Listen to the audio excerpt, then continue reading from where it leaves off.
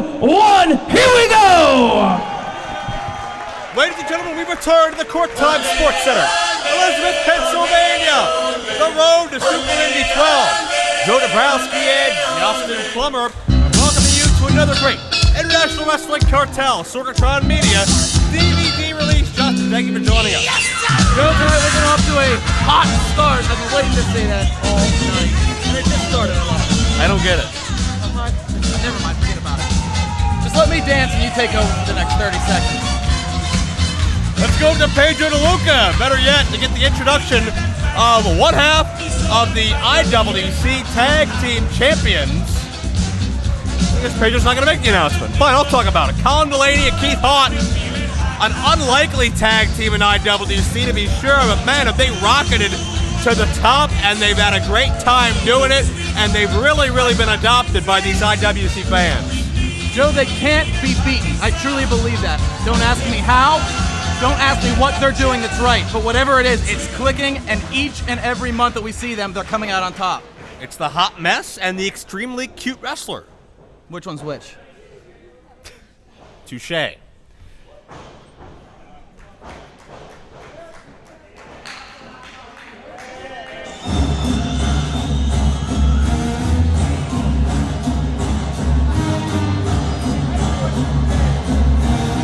Colin Delaney has a very difficult test in individual competition here. Colin would love to be a dual champion here in IWC, and with his foray into singles ranks, that is more likely than it may seem apparent on the surface.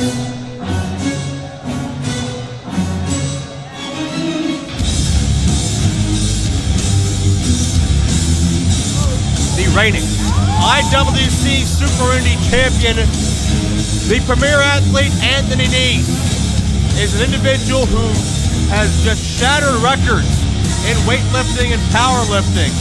A man who has records of over 1,200 pounds to his name. He has scary power, but Plummer, he can move as well. He's deceptively quick in between the ropes. So take a look at this guy, and the scary thing is he's even better than he looks. And you hit the nail right on the head. He's strong, he's fast, he can fly, he can take it to the ground, he can do it all. That's why he's the reigning Super Indy champion, and that's why he's been on such a streak as of late in the IWC. Defeated Logan Shulo this past January under controversial circumstances. But any doubters that may have been able to state that Anthony Nese doesn't deserve to be Super Indy champion, they have been silenced in recent weeks. Ladies and gentlemen, your opening contest is scheduled for one fall, and it's for the IWC Super Indy Championship, where the winner of this contest will not only be the Super Indy champion, but will receive an automatic berth into the Super Indy 12 tournament. Introducing first, the challenger, being escorted to ringside by Keith Hart. He weighs in at 185 pounds, wrestling out of Rochester, New York. He is one half of the IWC Tag Team Champions, Colin Delaney!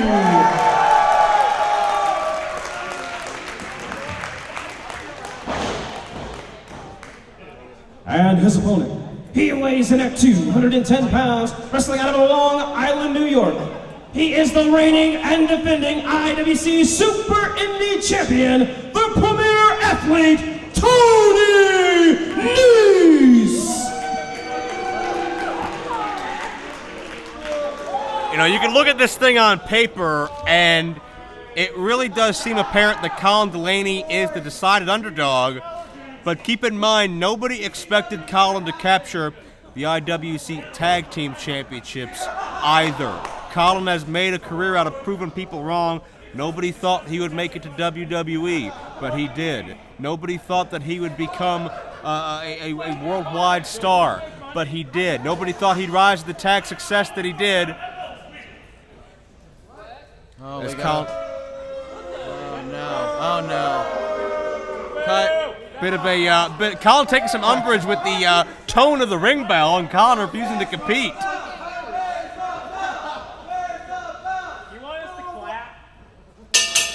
There we go. All right, that was way too loud.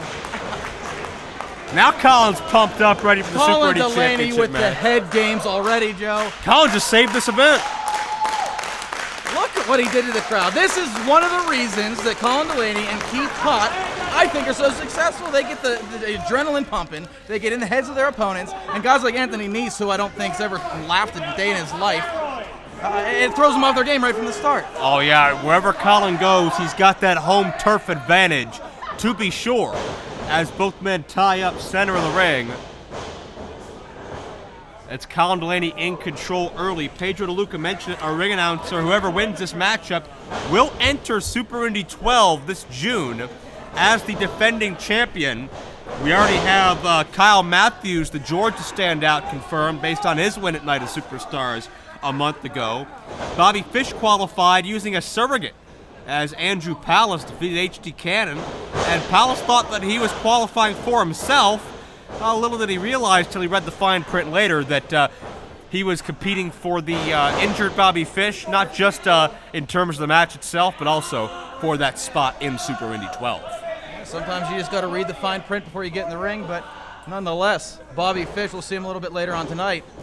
I think he was the first man that qualified for the tournament this year. More of that manipulation utilized so well by Team Big League. We'll see Team Big League all over this event here on the road to Super Indy 12 as John McChesney attempts to continue his stranglehold over the IWC Championship. Had an awful weekend in the month of April. As you see Colin able to nip up there from the takedown of Anthony Nese. Colin showing that he's not going to be intimidated and not going to be defensive here against the overwhelming power of Nese.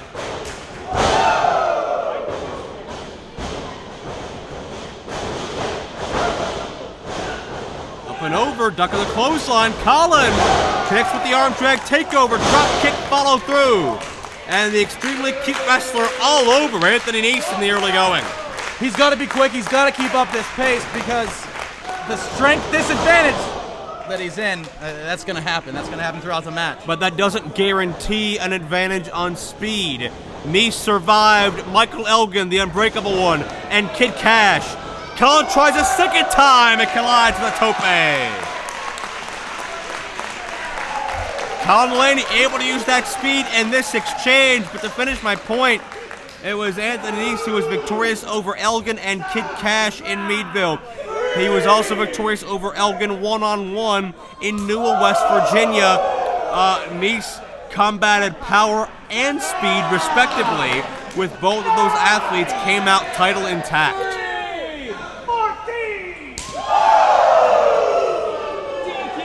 See, if Anthony Nese were smart, right here he'd take the double count out and get his way into Super Indy. I mean, I'd hate to see it, but I'd do it. Certainly not a unheard of plan, but really as Colin breaks the count to save his title bid, something that Super Indy was not really often built upon. But certainly would not put it past me considering the unscrupulous way that Nese won the championship. But we still don't know the answers about concerning Gory and Norm Connors. And speaking of Norm Connors, a longtime Norm loyalist, CJ Sensation is the official, someone that I'm not overly pleased to see here. I don't trust, I don't like, but certainly that was Norm's decision, and I still don't trust him, especially after a call. Whoa! Did you hear the impact of that forearm? Where was Nese trying to go there? Was he trying to get out, or what was he trying to shake some hands, kiss some babies? Yeah, Nese was looking for the easy way out, create some distance. Now hiding behind the official. But to finish my point, I don't trust CJ Sensation. I don't trust Norm Connors. Not in the least. And Nese just unloading on Colin Delaney. And Nese, I think, starting to feel a little bit frustrated, a little bit embarrassed that Colin got the upper hand for the early going of the contest. This guy's a machine, Joe. You know, if I didn't eat donuts every morning and went to the gym a little bit more, I'd look exactly like him, though. That's the thing. That's why I like him so much. We're so similar. That's a big if. Nese pressing the advantage, has the cover. What's been, Nese down for the cover again. Relentless on top of Colin. But what's been your critique of, as we have a third cover, of CJ Sensation as official so far in the past couple of months? I don't even really know, because you watch some matches and he calls it right down the middle, all right? So sometimes you think he's okay. But then out of nowhere, you kind of see the dark side. You kind of see the influence of Norm Connors come into play. And then you're caught off guard because he does something that kind of blows a match. And then you really just don't know what to expect from this guy. I think back to what I believe was Uncivil War, when it was John McChesney and Dalton Castle for the IWC Championship. And CJ Sensation, this contest, 5 minutes. in the opinion of many, the call of CJ Sensation in that matchup was the only reason that John McChesney escaped as the IWC champion. Dalton Castle continues to be one of a couple uncrowned champions in this company.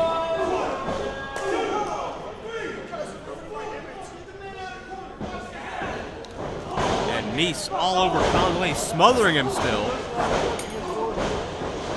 What a Cinderella story it'd be if Colin could become a dual champion in IWC. It'll be the first time since Logan Shulo did it about 6 months ago. And he strings in with a Quebrada. Seamless motion, that's something you don't expect from a man that size. But man, as much as Colin has proved a lot of people wrong in his career, Nice has just defied the laws of physics at some point.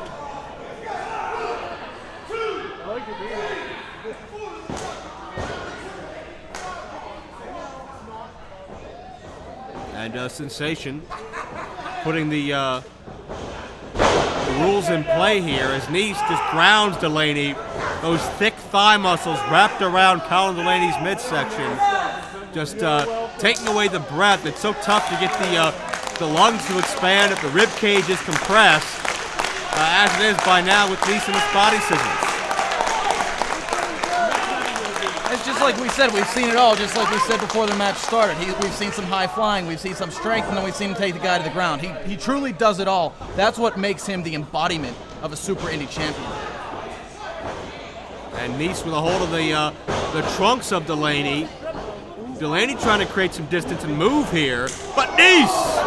Man, a step ahead, followed Delaney right in, and as soon as Delaney sprung off of those ropes, Nice met him with a hard shot, and Colin Delaney's momentum certainly worked against him in that exchange. And Delaney was going to say out on his feet, but really can't even say that about him at this point in time. Colin just trying to get back into the ring at this juncture. He's up, and can he take Nice over? Nice with a there. death grip. No! Shot to the temple turns things around. And a Quebrada second time. What height, but off the mark. He's up right in the face. Yeah, Colin Delaney able to turn things around, and this could be a turning point in the match. If he's going to make a move, it's got to be now. He's got to get his bearing straight. He's got to get up. He's got to attack. Could be the last time he's got Nice on edge like this. But Colin not even aware enough to appreciate it. Nice missing a charge. And it's Colin now. Super Indy title at stake. All or nothing. For the inspirational tag champion. As Delaney finds his footing. Heel kick nicely done. Not only the championship, but an automatic berth into Super Indy 12 waits one of these men. Oh. That round kick caught Delaney, but only for a moment. Jackknife pin, off with a kick between the eyes, near fall. Delaney taking his eye off the ball for just a second, but able to recover. Come on, Colin, let's get on him here. Colin looking to end this. He's just worn out. He's not attacking fast enough. Now Colin fighting as all it can, but when you got that smothering power of Nice, it really has its effects on you. Here we go. We've seen this before. What's this one called? Well, I'm not sure what he calls it, but he's skinning the cat right now. Waiting to go into a splash or some type of offensive maneuver, but Nice countered. That German overhead. Beautiful bridge, only got the near fall. I'm going to be honest with you. I'm actually surprised that Colin Delaney has lasted this long against Tony Nese. I know he's been in the WWE. He has tons of experience, but Nese is on fire right now.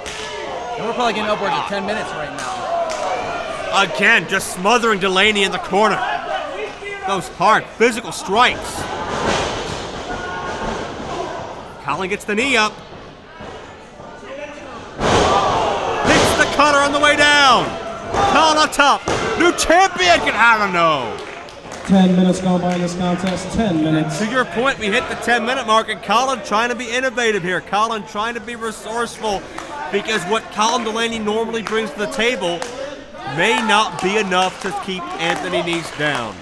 I'm a human stopwatch, Joe, because that's what they call me at my day job. Your day job of hosting IWC Aftershock at IWCRoadtoSuperIndyXII. Yeah. What you don't see is the thousands of staff members I have behind the cameras, and they all love me. Delaney, they've been going slingshot there on that suplex attempt. Nese counters, straight deadlift. Both men back and forth, center of the ring. Nese underneath, pump handle. We've seen Nese utilize that in the past. Delaney saw it coming. Backslide, could have him here. Delaney could not drive with the legs enough. And Nese now with an inside cradle for two. And Delaney, backslide, or excuse me, paddle counter style. Both men just looking to finish this thing off. Back and forth, center of the ring. Nese, oh, what power! Oh my God! Whiplash City in the corner. And Nese on top, the cover. Oh, you've got to be kidding me. And just barely Delaney kicks out in time. That was about 2.9. First of all, that modified power bomb, or whatever you want to call it, was ridiculous. I don't know how in the world he kicked out of it. I mean, you're watching. Well, where's Nese going? He's leaving. He's coming back here. Look out. But he's got the Super Indy Championship. I thought he was going to trade spaces with you. Well, can't retain the title like, well, you could on a count out, but Nese, you could on a disqualification as well. I think that's what Nese is thinking. But Delaney from behind. Roll up, no. Nese a step ahead. Oh my God. No. Sunset Driver. Known as the MK Ultra once upon a time, and it got the job done. And still, IWC Super Indy Champion, Tony Nese. Man, what impact. By Tony Nese, when you got power like that behind that maneuver, that's power like we have not seen out of anybody that's done that maneuver beforehand. Anthony Nese retains the Super Indy title, and Glover, he's guaranteed in Super Indy 12. Bold prediction time. You're looking at the winner of Super Indy 12. There's nobody stopping this guy. Nobody. And that would be historic. Nese would be the first man to enter Super Indy as champion and leave Super Indy as champion. But he could do it. It goes down live. June the 15th, it's our next DVD release on IWC Home Video. Can Nese go coast to coast?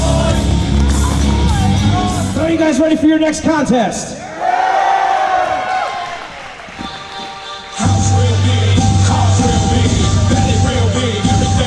What is this?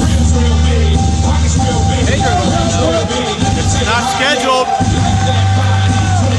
but Team Big League with their executive consultant Norm Connors as the puppeteer certainly enjoy doing just about whatever they want. John McChesney, Big Rex Lawless, Bobby Fish went out with the Ring of Honor Tag Team Champions in Red Dragon. And it didn't take long for them to crash the party. McChesney, a humiliating weekend in April. Maybe looking to save some face here tonight. Big tag team main event for Team Big League, who will be represented throughout the show. Give me one that works, Pedro. Once again, what you are looking at in the middle of this ring is part of the greatest team in the world, Team Big League.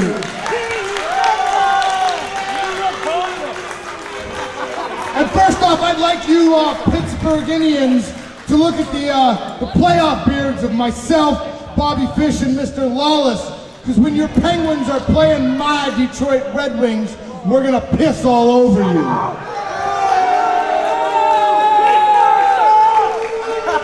And now on to some business, some Team Big League business.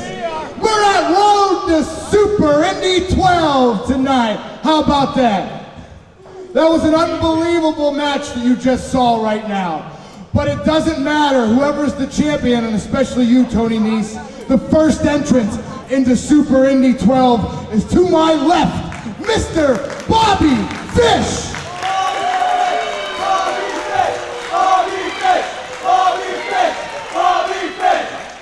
Has the respect of some. Exactly right, Bobby Fish. He is the round eye samurai of Ring of Honor. If you look around his waist, he is carrying one half of the Ring of Honor World Tag Team Champions. Chip. Go away, go. They're just kids. They're just kids. They're just kids. Dirty kids. They're dirty kids. I know. Is there a point to this? Bobby Fish. Chuck, if she swears one more time, I want her kicked out of this building. It's a family show, woman. Sit down.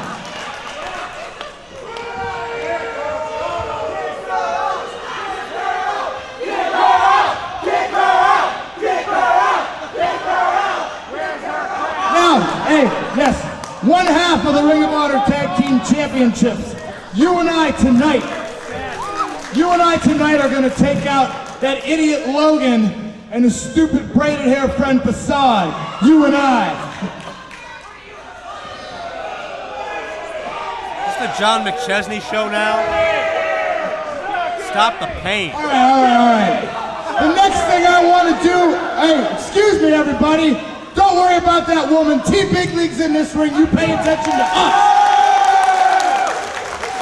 Now the next thing, and especially one person I want to call out here to pay attention to me and Team Big League, is you, Chuck Roberts.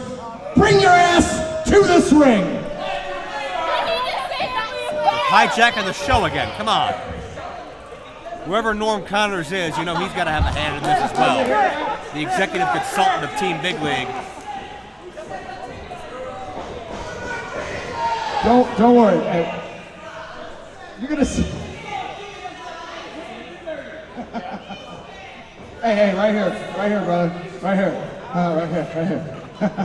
You see that, Chuck? Hiding from Chuck Roberts. You see that, Chuck? This is Rex Lawless, the biggest man in the history of the IWC. And tonight he's gonna take out your boy War, that tag team War. He's gonna take him out. You also have my tag team of Nuts and Brooks. They're in a match tonight. Yeah, they're in a match tonight. And when they beat my former team and the Founding Fathers, they have a future IWC title shot, which means they're probably going to get it at Super Indy, and by the end of Super Indy, everybody in Team Big League will be a champion. God help us. John McChesney and Team Big League. Let's hear it again. You got a section there, John. I'm surprised. I got them all. You got one, so what do you guys think of Team Big League over here? Yeah, thank you. Okay. Now, Chuck, I have something else to say to you before this goes on for too long. Everybody, you notice that Norm Connors isn't here right now? No, not thank God. Norm Connors isn't here because of the embarrassment you put me through at Night of Superstars. How dare you make a championship match between me and Goldust? That wasn't right. You had no right to do that. Only Norm Connors does. So what Norm Connors sent me here to tell you is that he is boycotting the International Wrestling Cartel. Oh, darn our luck. Well, that's the way it goes, I guess. You know what, though? You can have this back, because there's something else I want to say, and you're not going to like this. You're probably going to want to say something after this.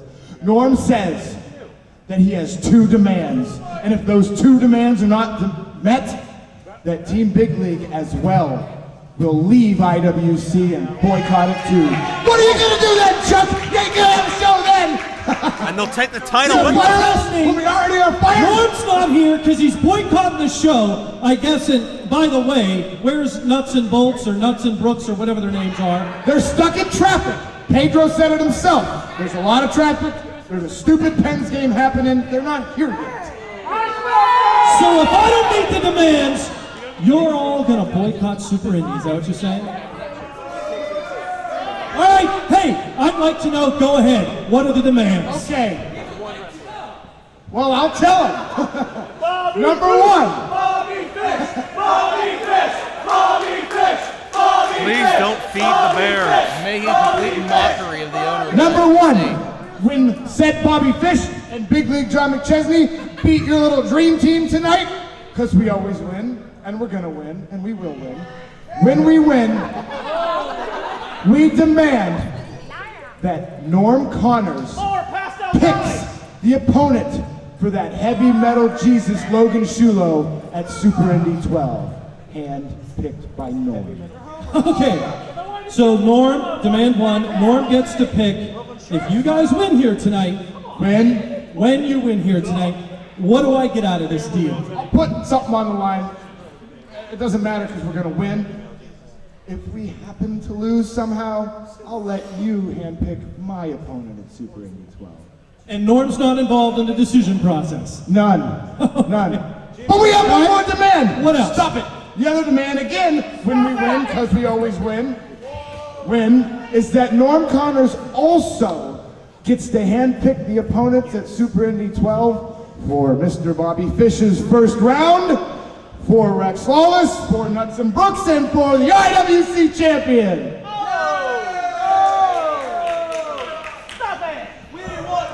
So let's see.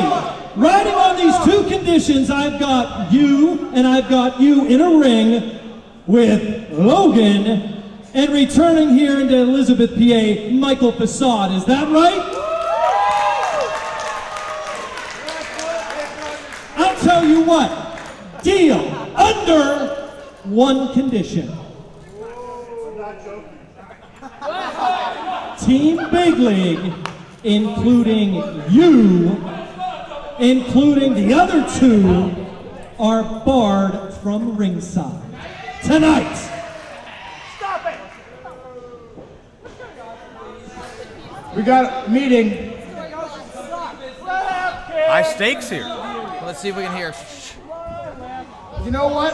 Absolutely 100%. You see that belt around this man's waist? I got the best tag team champion in the world in my corner. Absolutely. Wow. Deal. Hey, don't go anywhere, pal, because your match against two is right now. Pedro, go with it. Whoa. That's not the format sheet. We've learned a lot here Get ready. I'll stay out here with him. over the past few minutes. We got this later. Chuck very brave being that aggressive with the biggest man in the IWC. He's the boss. He wields the power. The following is a special 2-on-1 handicap match. Already in the ring representing Team Big League, he weighs in at 255 pounds, wrestling out of Long Island, New York. He is the desolate one, Rex Lawless. Talk about a game changer. And his opponents.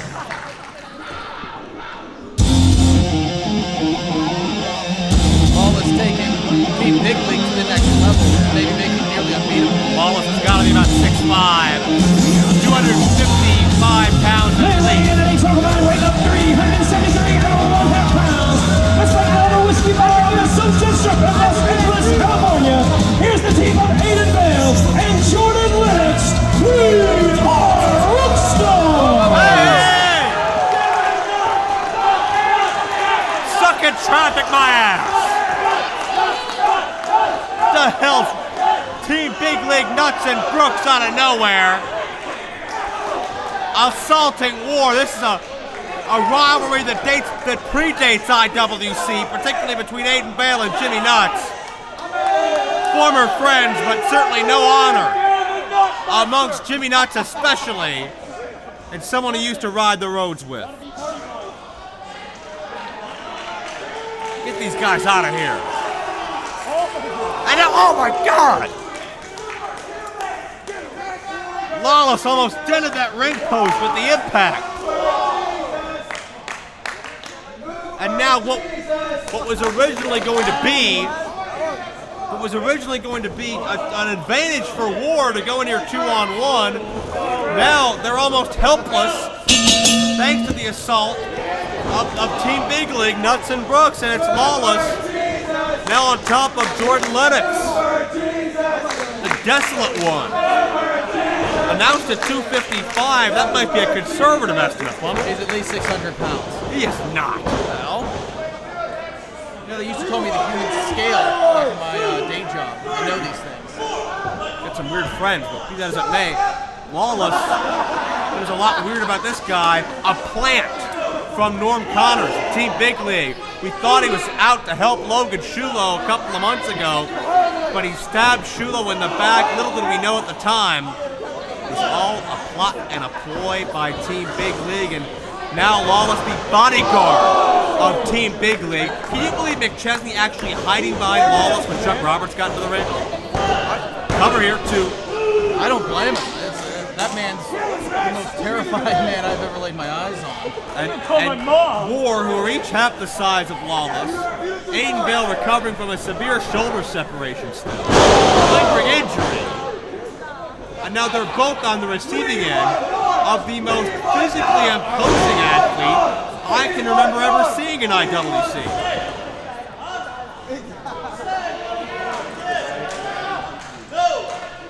How do you stop this guy? How do you hurt this guy? I don't know if you can. I think he's going to try to avoid him at all costs. Like I said, Team Big League was already an intimidating force in the IWC.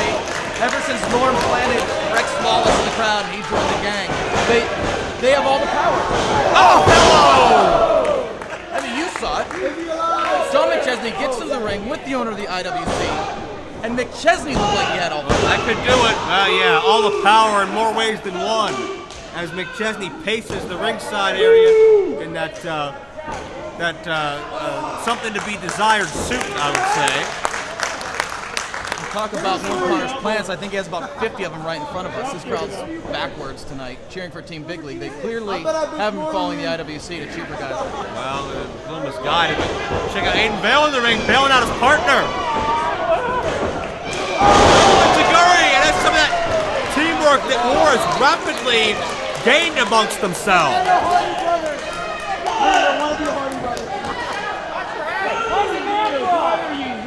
And Aiden, they give a boost to Jordan.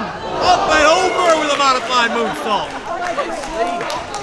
Well, if these guys have a hope and a prayer against Rex Lawless, it's going to be with that kind of offense.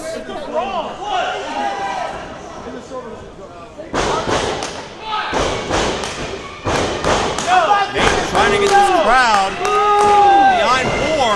That low super kick. Oh, only a count of one. Just about to start singing. And that's something that War has used a lot of, those super kicks, but again a cover attempt, and War has just been, they've not had their wits about them. Since before this matchup, it's clear to see why they almost got him that time, that double team, but still not enough.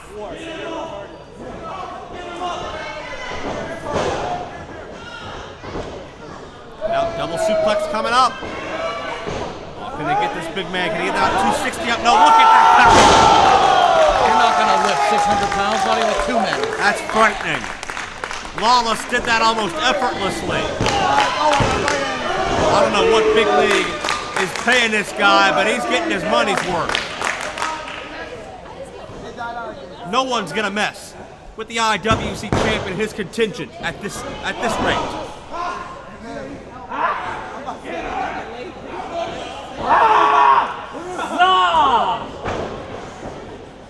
Fireman's carry on Aiden. Rex doesn't see Jordan. Now he does. Oh my God. Well, I'll check that out. Lawless tried to catch him. Shoulder's not down, Joe. Shoulder's not. That's right. Aiden got dropped in a Samoan drop style, and that kept Lawless's shoulders off the mat. But let me tell you, for a couple of seconds there, Lawless held both men up. How amazing was that? Going for a cover here, that could do it. No. And they finally got the big man down, Plummer, but the question is, can they keep him down and can they capitalize? Because there's a big difference between being down and being out. Joe. Looks like well, Aiden Vale took some of that. It looks like Rex Lawless took the major brunt. Vale to the outside, and I think Lawless is hurt here. Lawless doesn't have his wits about him. Lawless is certainly. The thing is, he's so big, and I'm sorry to interrupt, but he's so big that Jordan Lennox can't even get 5 minutes gone by in this contest. You can't 5 move the guy. minutes. You're not going to keep his shoulders down because he's not going to stop fighting. And Lennox on top. McChesney creating. Oh, come on! McChesney just slapped the official to cause a DQ. I think McChesney sensed that his bodyguard was in danger. Absolutely a bailout. Well, Lawless didn't get beat, but man. Here are your winners as a result of a disqualification. We are Rockstars. Finally get somebody out. I think at least a moral victory. Or what do you think, Plummer? I guess. I mean, if you want to take a look at DQ or not, they put a chink in the armor of the most intimidating man of Team Big League, and they knocked him out of the equation. That is a big, big get. It's something we didn't expect to see, but man, War came into this with everything against them. Beaten down by Dustin Brooks before this matchup. Physically decimated by Rex Lawless, but they found a way to overcome Rex Lawless and chop down the Giant. I give War all the credit in the world. And I think the bigger story is here, it's not just a victory, it's not just a shot to morale, but I think Rex Lawless may be seriously hurt. Joe, I'm going to head to the back. I think Farnsworth's around here somewhere. I got to find out what's going on with Lawless. This is a big story. Team Big League is in a shambles. We will follow the story as the night progresses. The following singles contest is scheduled for one fall and is a qualifying matchup for Super Indy 12.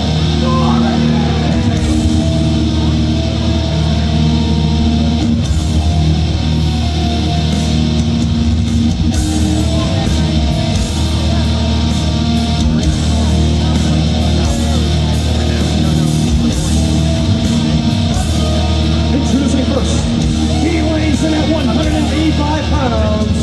From the Broken Mirror, Gory!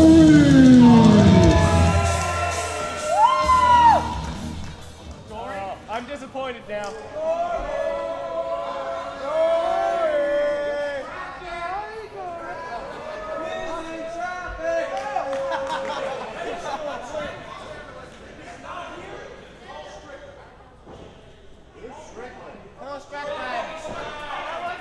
Wait till Gory. Cherry Kool-Aid. Let's bring the ring his scheduled opponent. This is, we don't know about the status of Gory. He weighs in at 219 pounds, defending Youngstown, Ohio. The man for prime time, Mike Rain. A lot of confusion here in the booth, but Mike Rain, the man made for prime time, the man who had a great outing against Anthony Neese in the Super Indy Championship. Scheduled to face Gory. We don't know the status of Gory in this company. We don't know Gory if he works here or not. We just know he's been appearing at random and assaulting people whenever he feels like it. He got involved in, I believe, that Super Indy qualifying matchup in Meadville, and he got involved with Mike Rain after that Super Indy title match. Gory very upset that Mike Rain got an opportunity, I guess, above him. I don't really know what goes through Gory's mind. Ladies and gentlemen, I've just been informed by Mr. Chuck Roberts that Gory was invited to be here tonight to compete for a spot in Super Indy 12. He has not shown up. We will ring the bell. If he has not entered the ring by the 10 count, he will be counted out. Well, we got to a count of 10 here. What do we got? Is Gory here? Is he not here? Not really sure. And I don't really hang around where Gory hangs around. How do you have a chance to introduce Jay Worthington Farnsworth yet, my colleague? Hello. Hey, whoa. Hello. Whoa. Well, now what? him, Joe. Thanks. Is that your hand? Oh my God, he's here. And Mike Rain has no idea. This embodiment of evil went for the Mist. The Mist took out Mike Rain last time, but Rain was ready for it. As we enter a Super Indy qualifying matchup, Joe Dombrowski here with Jay Worthington and Farnsworth now bring you Gory's first match in IWC since August. 9 months, and he could make the most of it here against Mike Rain. Normally when you look in the ring and you think aggression, you think Gory. But Mike Rain has been hot out the gate. And Rain almost finished Gory off early with a 2 count. Is he choking him? Is he suffocating him? Well, Rain's had this pent-up aggression for a couple of months now. Uncivil War, I believe it was, that Gory came out of nowhere and just misted Rain right in the eyes, blinded him entirely. And Rain has not forgotten about that. Clearly he hasn't. He is beating Gory like he owes him money. And Rain charges with a knee. Now keep in mind, whoever wins this matchup will qualify for Super Indy 12 June 15th.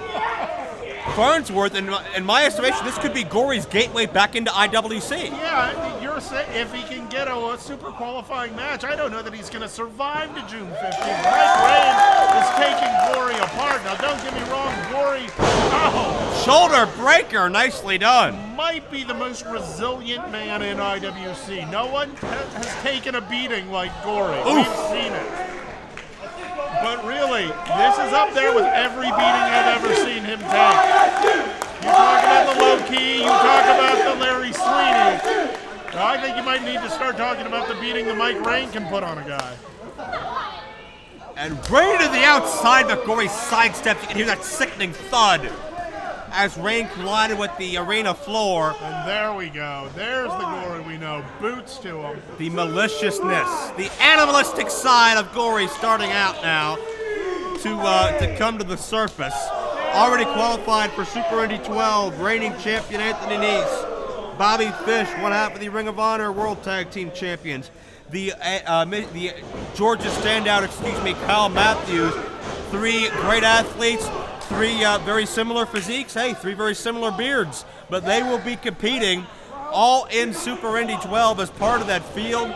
And we're out to insert a very different style and different name into that fray, no matter who wins this matchup. Yeah, for starters, neither has a beard. There you go. And yeah, I would agree, a very different style. Frankly, 2 very effective styles, especially if they come with this level of aggression.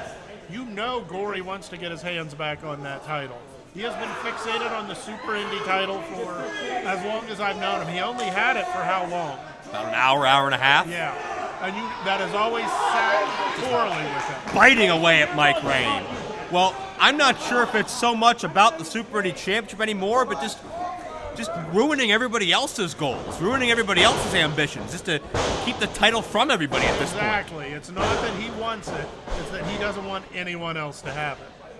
That's just that sick mindset, that evil, decrepit soul just wants everybody else to have the same pain and misery that he's had. Keep in mind, Farnsworth, Gory's last matchup here, he mysteriously disappeared, but he was victorious. He beat Facade in a cage match.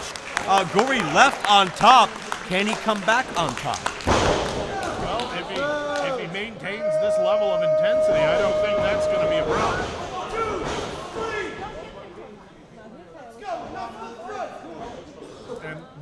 And it's worth pointing out, Gory going for the throat. You're not going to see anything. Well, you will see technical ability. You won't see technical thought and like a marksmanship out of this.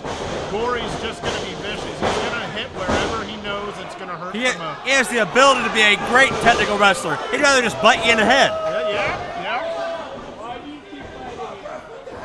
And there's an example of that.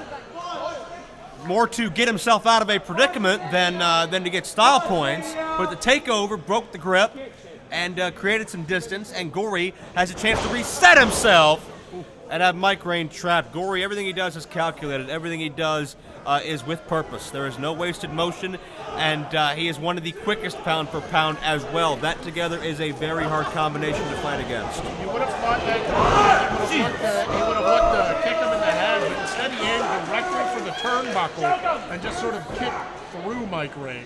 He nailed him right in the chest where he knew there would be the most resistance from the other side, which just it made it hurt all the more. Uses his head as a battering ram, does Gory. Just loves to use his anatomy as an offensive weapon. Any way, shape, or form, and I think we're going to see another example of that right now as he sets Rain up in a perfect position to drive the body weight into the shoulders. 5 minutes gone by in this contest, 5 minutes. Follows up with just a good old-fashioned clinch right hand. And Gory may not be a very big man outwardly, but when you got impact like that we just saw with the drop kick, and when you've got weight moving at the speed Gory can move it, that certainly multiplies its effect. Normally on a drop kick, you see someone go, east to west, or, along the horizontal axis.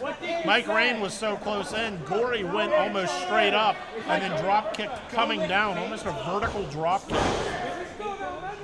Mike Rain has not been in Super Indy before. Debuted in IWC a little bit after Super Indy 11. Gory made his Super Indy debut, Super Indy 4, and has been a perennial entrant most years ever since, but he's sort of been cursed as Rain hits an explosive spinebuster. To finish my point, Gory's been cursed because he's rarely made it out of the first round. Very true. However, this is a new Gory we're looking at. Certainly not cursed in the least, in any way. And there's a near fall. And a second time, and Rain showing his deceptive power, and Gory barely able to get out. Jeez, it's digging at the eyes now. It's effective. But it's disgusting. But it's something Gory takes pride in. Pestilence at the controversial choke submission. He's got it in the center. Rain's vertical base is down. Notice Gory's hand is very close to the nose and the mouth. Don't let him breathe. Well, that's not legal, however. How is that not legal? You can't choke a guy out. You can't. You've never seen a sleeper hold. You've never seen a cobra. That's not what a sleeper hold does. It chokes him out. It's just instead of blood, it's air. Well, it's the same thing. There's a difference between covering the carotid artery and just sticking your fingers in somebody's nose. Yeah, if you hold the carotid And whoa. He pulled him up. Rain was out, regardless of how he was out, but Gory wasn't done. Oh, this is why. Trepidation hooks one leg and drives him down. Neck compression. An emphatic Super Indy birth. Here is your winner, and advancing to Super Indy 12, Gory is rarely the taller man in the battle. The trepidation takes advantage of that. Every time he hits it, he tends to hit it on a larger man, and it just drives his head and neck into the mat all the more. Boy, you go 9 months without the ability to inflict pain and agony in IWC, and it kind of builds up. What an emphatic statement by Gory. I have never seen Mike Rain treated like that. You thought you could keep me out of the Super Indy tournament?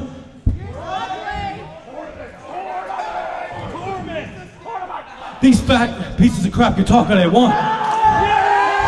But you know what? Hey there, Facade. Guess what? I haven't forgot about you. Gory issuing a warning to Facade. They still have bad blood. What did he say? Gory has bad blood with everyone. What are you talking about? And now Gory, the lights are out, and he...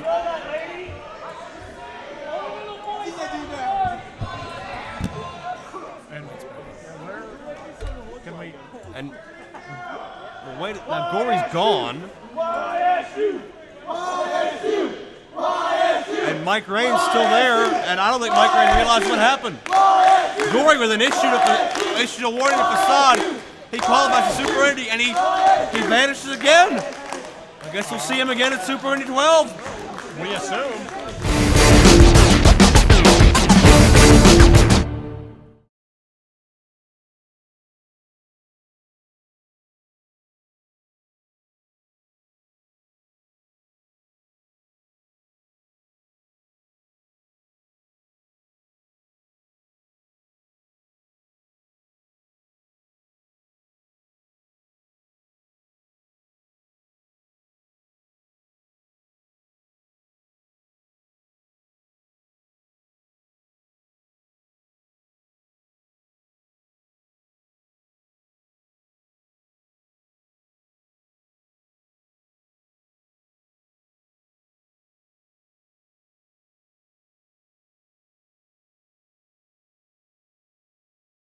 Following tag team contest is scheduled for one fall and is for a future shot at the IWC Tag Team Championship. Introducing team number 1. They weigh in at a total combined weight of 387 pounds. Wrestling out of Morgantown, West Virginia. Here is Jimmy Nuts and Joseph Brooks, Team Big League. How depraved do you have to be as a human being to be a big fan of a guy named Jimmy Nuts? Jimmy Nuts, Joseph Brooks, the heavies of Team Big League, had their job saved by John McChesney, and now mindlessly doing the bidding of John McChesney and the rest of Team Big League, and that includes all the dirty work as well. But these men have had a rough go of it as well. They were part of that 8-man tag at Night of Superstars where Logan, Facade, Gold Dust, and Colt Toombs, son of Roddy Piper, showed these gentlemen a thing or two. And their opponents.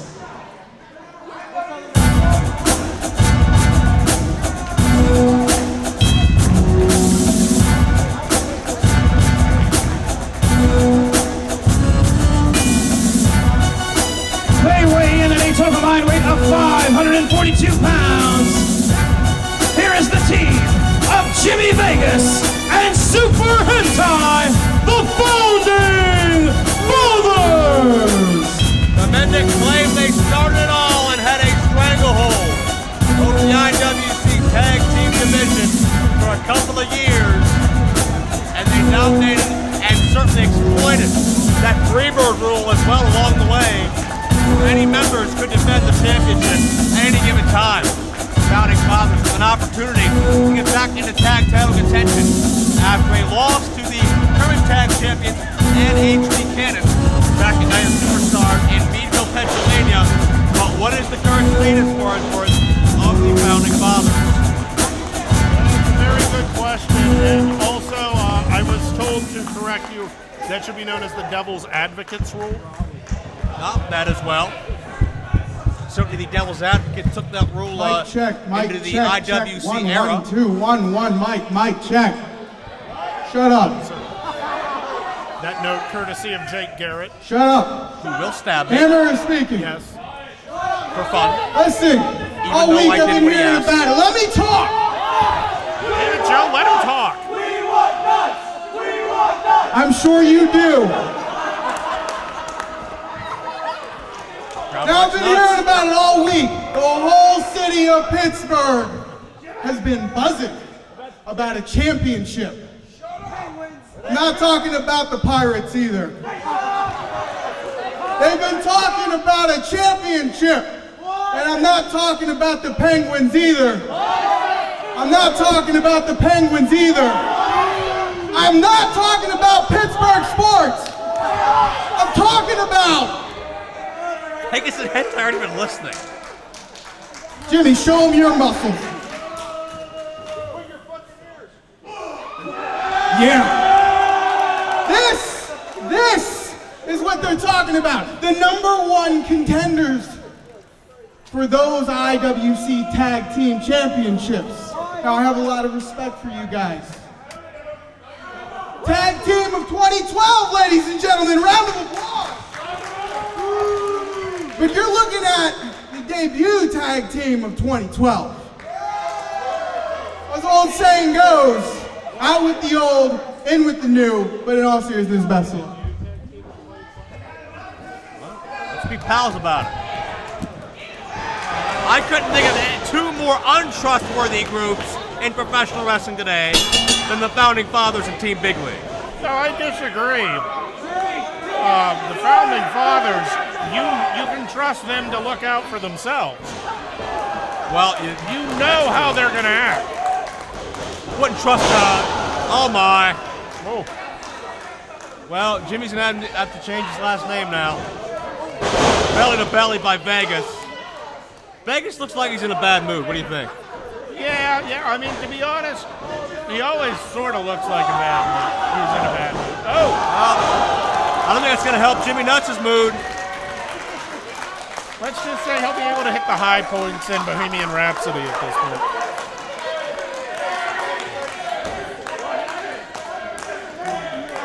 Well, the Founding Fathers have not lost a step, and I think this lends credence to Team Big League being a complete disarray for Farnsworth after what I would consider an upset. No offense to the two gentlemen involved, but Aiden Vale and Jordan Lennox able to survive, not soundly defeat, but survive Rex Lawless and win via disqualification. Yeah, very true, very true. What I got to see of it, at least. Where were you? I don't ask you how you live your life. You do you, Joe. You do you. I'm here on time. What are you talking about?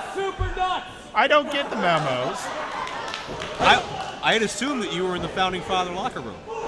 They still have their own section off space back there, don't they? Think they're better than everybody? Well, yeah, that's just because they are. Oh, I see.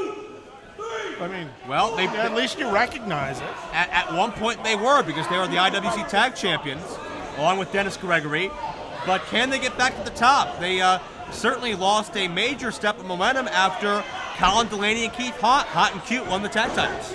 Well, yeah, I mean, that's definitely a misstep. But, you know, the thing about the Founding Fathers is they are the Founding Fathers. Vegas unloading! Oh my gosh! Because of stuff like that, because they find a way back to the top. Vegas going Floyd Mayweather on Jimmy Nuts. And gotta give credit to Hentai, certainly not only in great shape, but always seems like he has a new mask every time I see him. Yeah. It's a good look.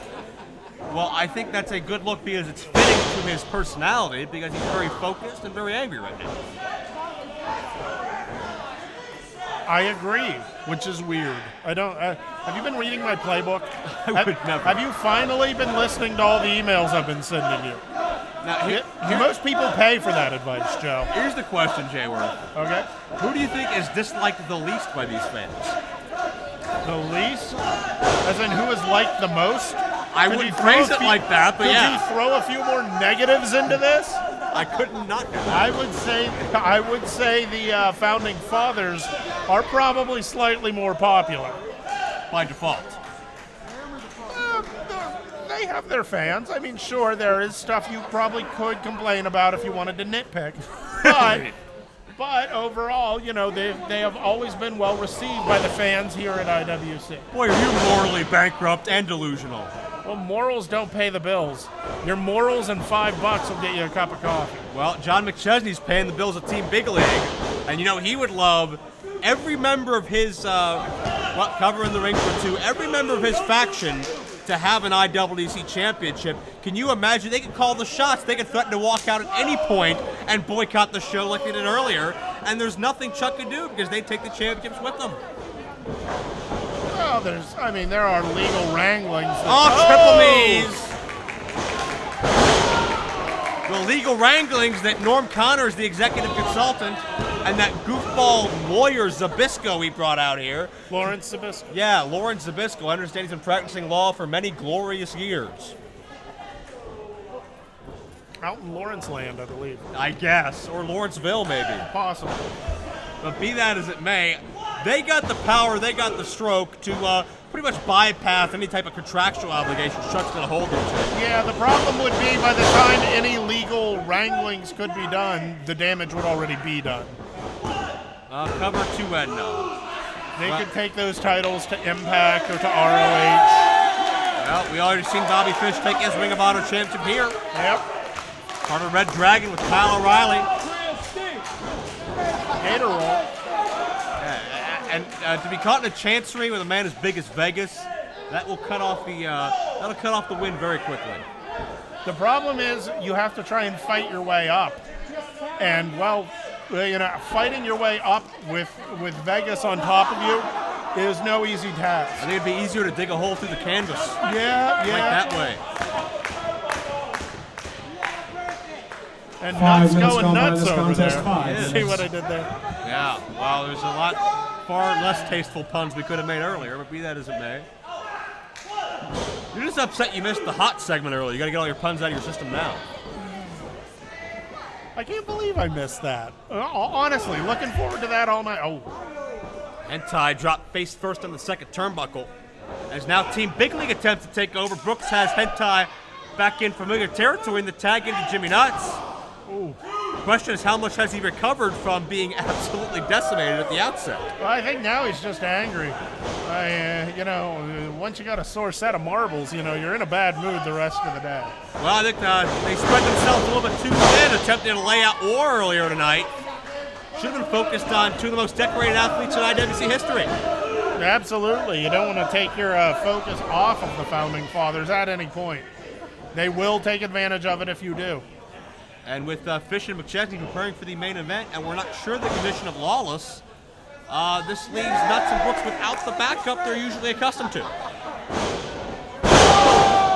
And a nice suplex by Nuts. Boy, is he ticked off. What a sourpuss look on his face. Yeah. I can't say now's time to get his class photo. Let's put it that way. Hentai head first into the boot of Brooks. Elbow right to the back of the head. The tubular percipital tuberance. External occipital protuberance. There too. Thank God you weren't in Meadville when I started talking about the ramus of the mandible connecting to the mandibular fossa of the temporal bone. Hentai sending Nuts into Brooks's foot, and Brooks is too stupid to take his foot off the turnbuckle. What a miscue that was. And right back to the mommy-daddy button. Was that an accident? I don't know.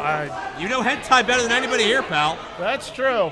I'm saying he was probably falling. He just happened to give him the benefit of the doubt. Benefit of the doubt is always. Oh, man. I'm not saying he didn't aim. I'm just saying happy coincidence.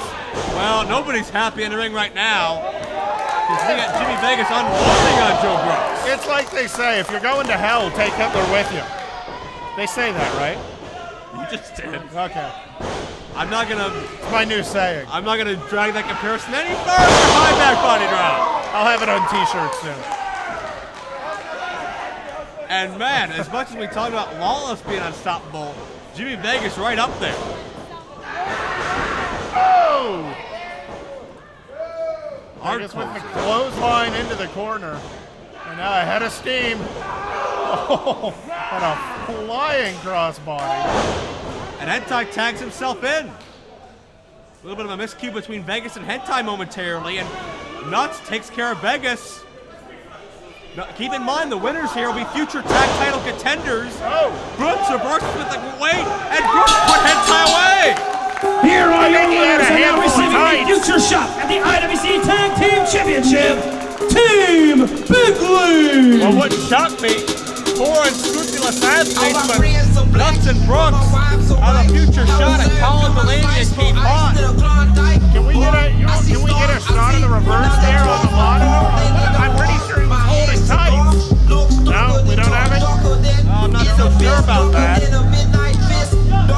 wouldn't surprise me, but Nuts and Brooks moving up in the world, and a little bit of discomfort in the Founding Father camp. This is very interesting. Vegas not happy about it. Not a good night to be in a group. Vegas is walking away from Hentai. Oh, look, he threw him his shirt. It's fine.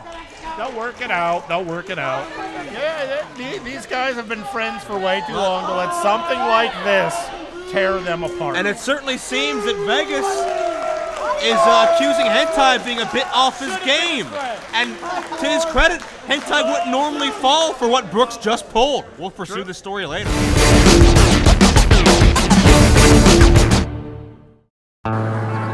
No wasn't too long ago that I was sitting in a drug rehabilitation center and thinking that my life was over. I had no purpose. My wrestling career was gone. You know, my family situation was rocky.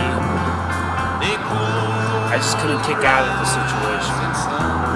And you flash forward to a couple months ago, in February, that gold building there, that's the Georgia State Capitol. I was speaking on the Capitol steps in favor for people that have substance abuse issues and mental health challenges, and I was fighting for the little guy.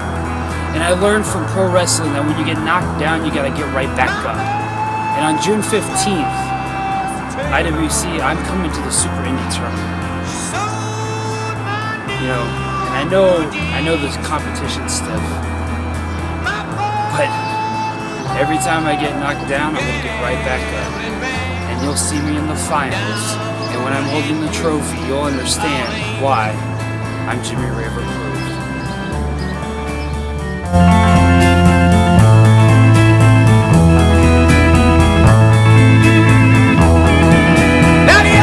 The following singles contest is scheduled for one fall, and the winner will advance to Super Indy 12. Introducing first, he weighs in at 195 pounds, wrestling out of Tacoma, Washington. Here is a new flavor, Shane Strickland. Hashtag swerve. I think he's Vince Russo's favorite wrestler. Shane Strickland. A man that calls himself the new flavor. You know, some people said that, hey, he's the next Rich Swann, or he's the next this guy or that guy, but you know what? Shane Strickland quick to point out, I'm not the second coming of anybody. I'm my own man. I'm the new flavor in town. And Shane Strickland, in his second IWC appearance, looking to make it to the most prestigious tournament in independent wrestling.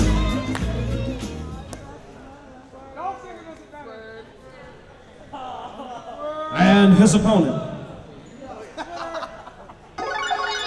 Dance con todo. Man making his IWC debut. And we'll talk more about the ever-growing field after Pedro DeLuca introduces the opponent, Shane Strickland. He weighs in at 195 pounds, wrestling out of West Puerto Rico. Here is Mr. 450.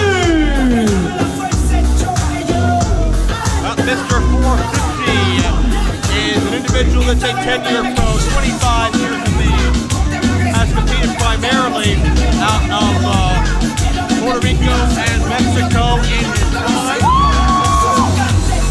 And this individual is Pennsylvania light heavyweight champion, now in the AAA organization. And he's an individual that is making again his IWC debut. Haven't seen this man perform before, but I was very intrigued to see when he was announced. Obviously, being Mr. 450, his finishing maneuver is not a short arm system. Well, maybe it's a 450 short arm scissors. You gotta admit, you'd be impressed. I would be. You know what I'm impressed by so far? I'm impressed by this field so far for Super Indy 12. We talked about Tony Nese, Bobby Fish, Kyle Matthews, Gory qualifying earlier tonight with an emphatic win over Mike Rain. And our live crowd was informed to two more entrants. Another standout from AAA in Mexico, Extreme Tiger. And poor Jimmy Rave making his return to IWC for the first time in 9 long years. I know Jimmy's wanted to be back here in for such a long time, and Jimmy has he's battled so much. He's battled Ring of Honor rivals. He's battled substance abuse and addiction, rehab, and it's so great to see a quality human being and a great athlete back here in this company. I felt so bad for him. It's been so long since we've seen him, but he has a chance to right that wrong by winning Super Indy 12. Whoever wins this matchup, name number 7 on that list. And pretty much so far a stalemate. Right now, Shane Strickland has the advantage, but they just keep going back and forth on this. Strickland only a couple of years pro. Recently earned his stripes, so to speak, got his colors in the CZW promotion. Got the official company jacket, the badge of honor over there. Strickland based his career primarily out of that organization, and to be there and to survive there, you got to be tough. Very true. Yeah, I heard the first thing he did with that jacket, swerved it. Hashtag swerved it. What's that mean? He hashtagged it. Oh. That's swerved it. Does that mean he turned it inside out or something? No, How do you swerve a he jacket? hashtagged. Okay. Hashtag swerve, Joe. We're gonna get that. It's like you don't understand hashtag. We'll get that trending by the end of the broadcast. Whoa! Hello. Well, the velocity that 450 sent Strickland into the ropes actually snapped the ring rope. Me and Sorg are having flashbacks to last summer because this ring's busted. Gotta be honest, it's tough to do a 450 off the middle rope. I'm not saying it's not impossible. Well, maybe Mr. 450 can do it. Hey, we don't need the ropes. Super Indy spot on the line here. These guys want to be in Super Indy. They want it so bad they'll go 2 out of 3 ropes instead of 2 out of 3 falls. There you go. But you know what? That's what you got to do to be in Super Indy. You have to prepare for the unexpected. You have to brave the elements, because June 15th, you're not going to know who your semifinal round opponent is. You're not going to know who's going to get buys. You're not going to know who may be able to be a last-minute replacement for somebody that can't make it. Super Indy is the most unpredictable time of the year, and I'll tell you what, these guys are showing me they're ready for that tournament. Hell, they're ready for each other now. Yeah. Now, let me ask you, Joe, being that you're the guy who does the homework around here. Top rope's gone. Who does that favor? To me? To you. That's a toss-up. I don't think there's any clear-cut advantage. I don't think there was a clear-cut advantage before the rope broke. Right now, I gotta say, Mr. 450 looking a tad, looking to get a little grimy, trying to sneak one in there.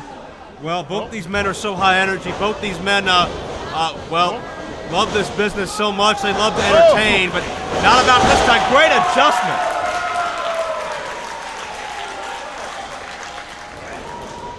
And going springboard into the enziguri. Nicely done. 450 not going to be deterred. He is. And going to fly up and over to the outside. You gotta love that.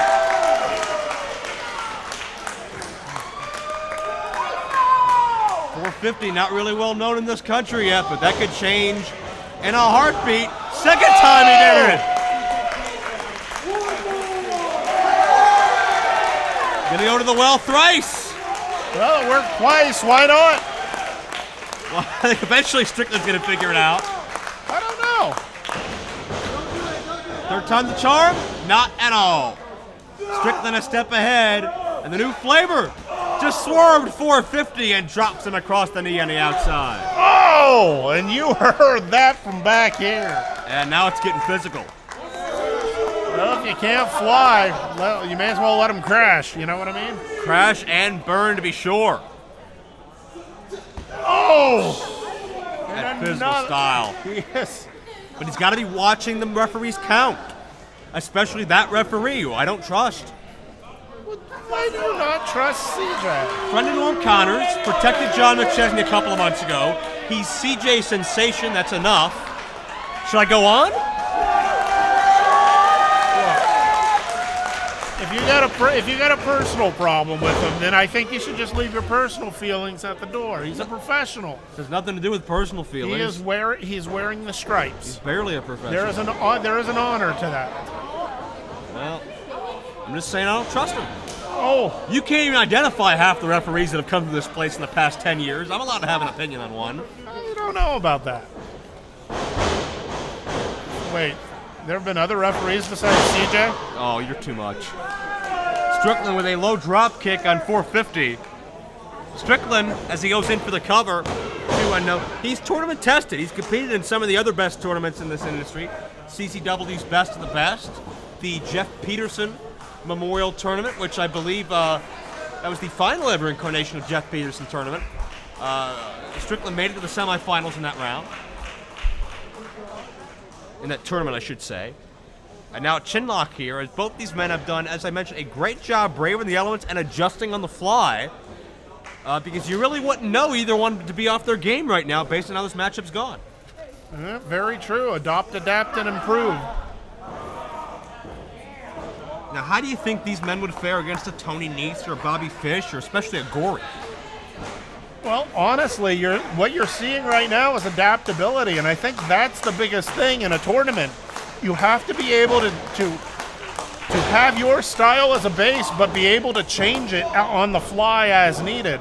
Two guys who, like Mr. 450, he ideally is looking to climb the ropes and fly a bit. He can't right now, so he's adapting. I think that something like this shows that maybe they have a advantage that the others do not. Oh! Nicely done. Twisting DDT by 450. Got him. No near fall. I'll tell you what, though. Mr. 450 is not just a one-trick pony. That Cobra clutch stretch he likes to utilize on the ground, the Corona Crunch, as he calls it. You have to believe he's looking for that right now and not a 450 off the middle rope. Basement super kick he calls the one-hitter quitter. Move name we've had here in this company before, but certainly, 450 puts the brakes on. Nobody can do much quite like, what an adjustment! Are you kidding me?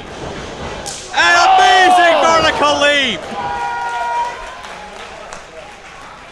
And Strickland gonna fly. Climbing to the middle rope. Springboard. Got it! And now 450 in trouble. The new flavor gonna swerve again! Touching nothing! Tope con hilo! That's it was impressive. Almost a suicide con hilo had we had the top rope.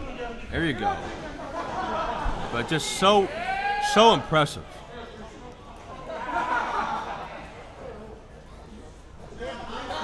Strickland, going to the second turnbuckle. Not much further he can go. Oh! Well, man, he's got the hops to make up for it. Done! No! And again, two guys who are not regularly seen in this company could get a regular roster spot overnight with a great showing here, and certainly a great showing at Super Indy could help as well. Absolutely. We've seen guys come into Super Indy and make themselves into regular parts of this company. Delirious, Larry Sweeney, Jerry Lynn, Chris Sabin, a number of others. I gotta be honest, I think these guys are sort of making themselves with this match.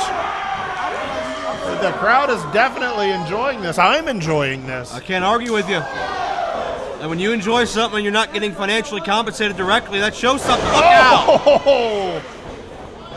Unless you do have money on this match I don't know about. Oh! TKO, and down with a kick to the back of the head. There's that protuberance again. Got him, no! 450 stringing some moves together. You gotta figure they have a certain level of tricks up there. Really? He's signaling for a 450. This will be interesting. From the second row. Well, I want to see this. I don't mind telling you, I've never seen anything like this before, if he could pull it off. No, nobody home. Look for a stomp almost.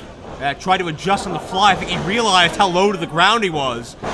Had to make a switch, and Strickland was already a step ahead. Oh, what a snap on that Hurricane Rana for a near fall. He 10 minutes spiked now him. behind this contest, 10 minutes. And that was shades back to Scott Steiner, back to the originator of a maneuver like that. How pretty and seamless and impactful that was. Well, then why did you call it a Hurricane Rana? It's a... I compared both. Hurricane Rana would be the south of the border pronunciation. Well, 450. Scott hears you. He's going to correct you. Very physically, yes. But 450 hit the second again.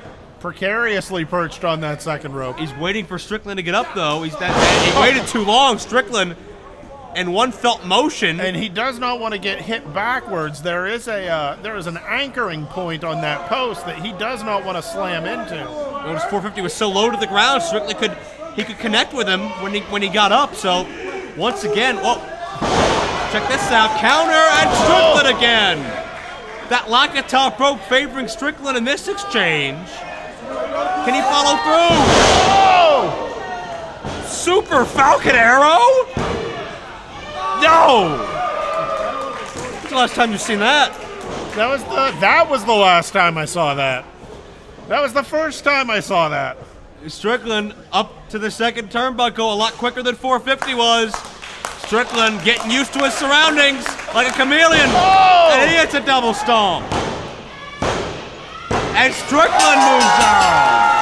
Here is your winner, and now advancing to Super Indy 12, new flavor, Shane Strickland.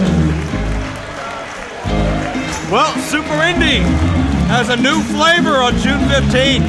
Everyone needs to pay attention, otherwise they might get #swerve. Shane Strickland showing why. He is the new flavor of professional wrestling. Could he be the next Super Indy champion? Could he be a made man here at IWC?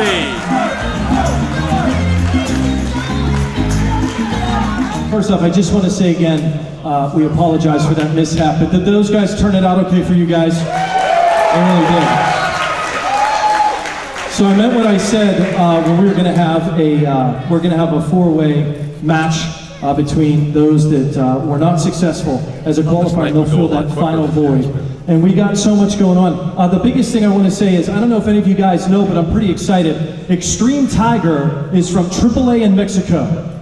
And I'm serious. And if you guys want, you can YouTube them. This is going to be unbelievable. Now, I hate to hype something up, and then sometimes it doesn't turn out, and I wouldn't do that if I didn't feel that confident. So I'm unbelievably looking forward to seeing Extreme Tiger. I promise you guys will enjoy it, okay?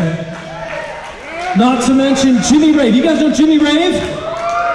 Jimmy Rave went through a lot of troubles, and if you don't look up Jimmy Rave, he was in Super Indy before. He's gone through a lot of demons, as he mentioned in that promo, but he's come full circle, and he's coming back here. He's coming all the way up from Atlanta to compete inside this ring to get a shot at that Super Indy title.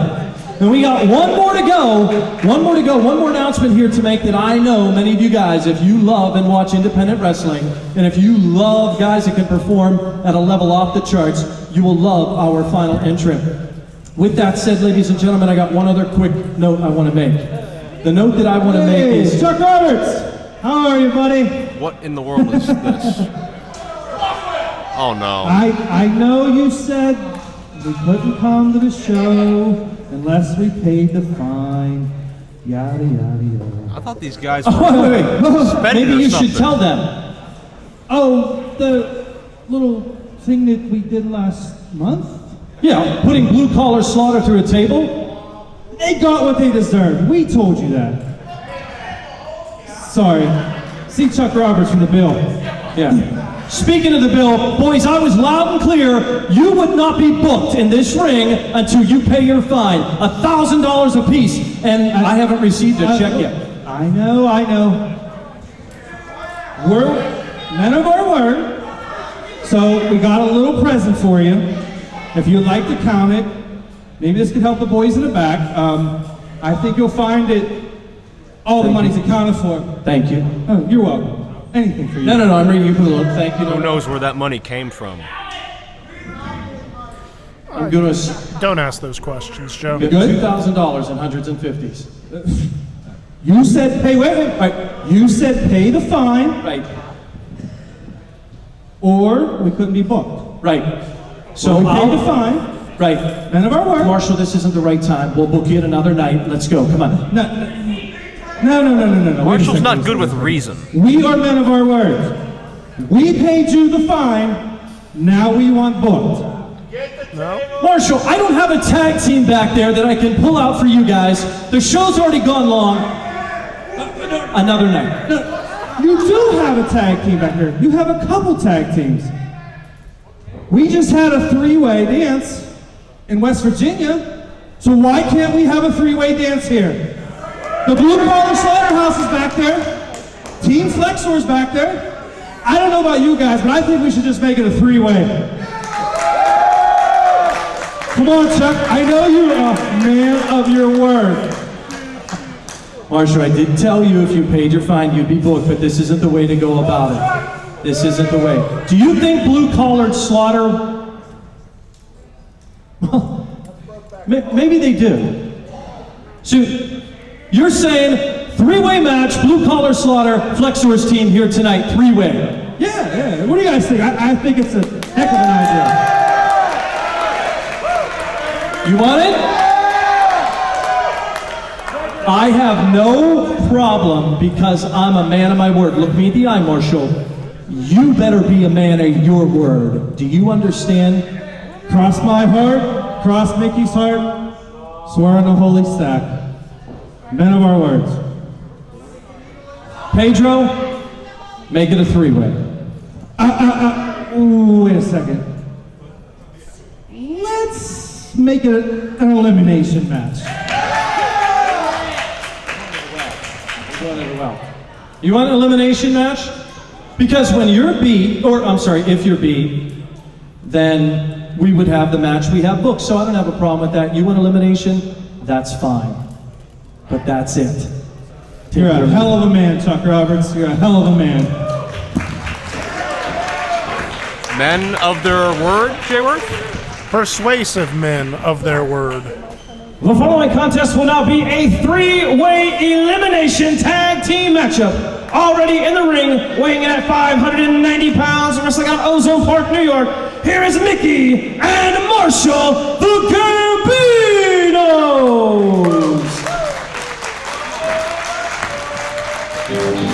Well, the Gambinos certainly made their presence known last month at Blue Collar Slaughterhouse. Not wasted time for retribution.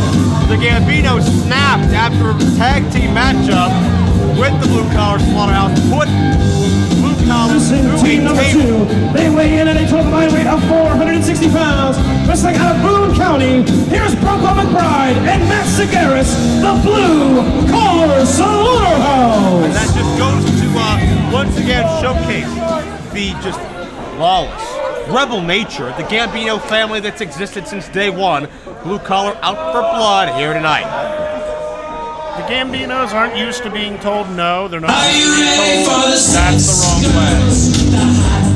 They don't respond well to that message. Match in West Virginia was involving Colin Delaney, who got the IWCRoadtoSuperIndyXII title. Team number three,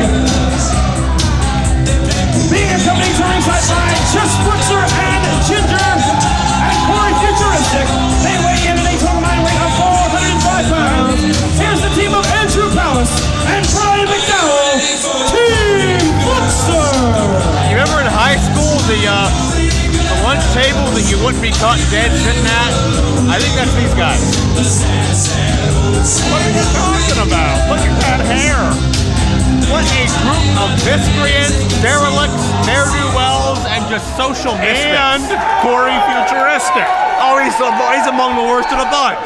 What are you talking? He's from the future. He thinks he's a time traveler. He isn't. He is a time traveler. Andrew Palace, who has been described as a goggles enthusiast, what does that even mean? He likes goggles. Whatever. Andrew Palace and Brian McDowell, who is also a bowler in his time away from the ring. He actually left IWC for a few months, went back onto the bowling circuit, and, well, Flexor talked him back into the IWC, and it seems McDowell's using that same focus he uses out in the bowling alley, now in the ring, and he's been successful, believe it or not. Oh! And Mickey just found out what happens when you run into Marshall. Feels like Marshall ran into you. And Palace and McDowell actually on top of things for a minute. But here comes Blue Collar Slaughter. Segaris and McBride. I believe it was McBride that was put to the table by the Gambino family, but both of them were just so upset and incensed that they were embarrassed, and really they're home away from the home in West Virginia, where they're around salt of the earth people, much like themselves. Yeah, salt of the earth people. That's how I'd describe them. Dirty and salty. Well, that's not appropriate. That's what you just said. Salt, earth. I read ya. Nudge, nudge. Wink, wink. Stop nudging me. Bronco and Marshall in the ring, and Marshall not even all the way in the ring yet. Chest Flexor also accompanying Palace and McDowell, along with his friend Ginger.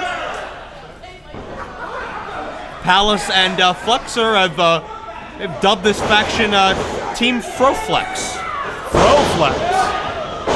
That's fair. I can work with that.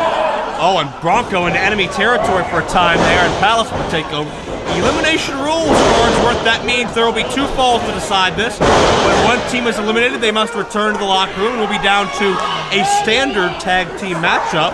And I think Chuck hoped that the Gambinos would go out first, so we would be left with the matchup we were scheduled. Well, Chuck can hope all he wants, but the Gambinos' record, I think, speaks for itself as far as ability to accumulate wins and ability to avoid convictions and not avoiding that kick. Andrew Palace just took one right in the mush.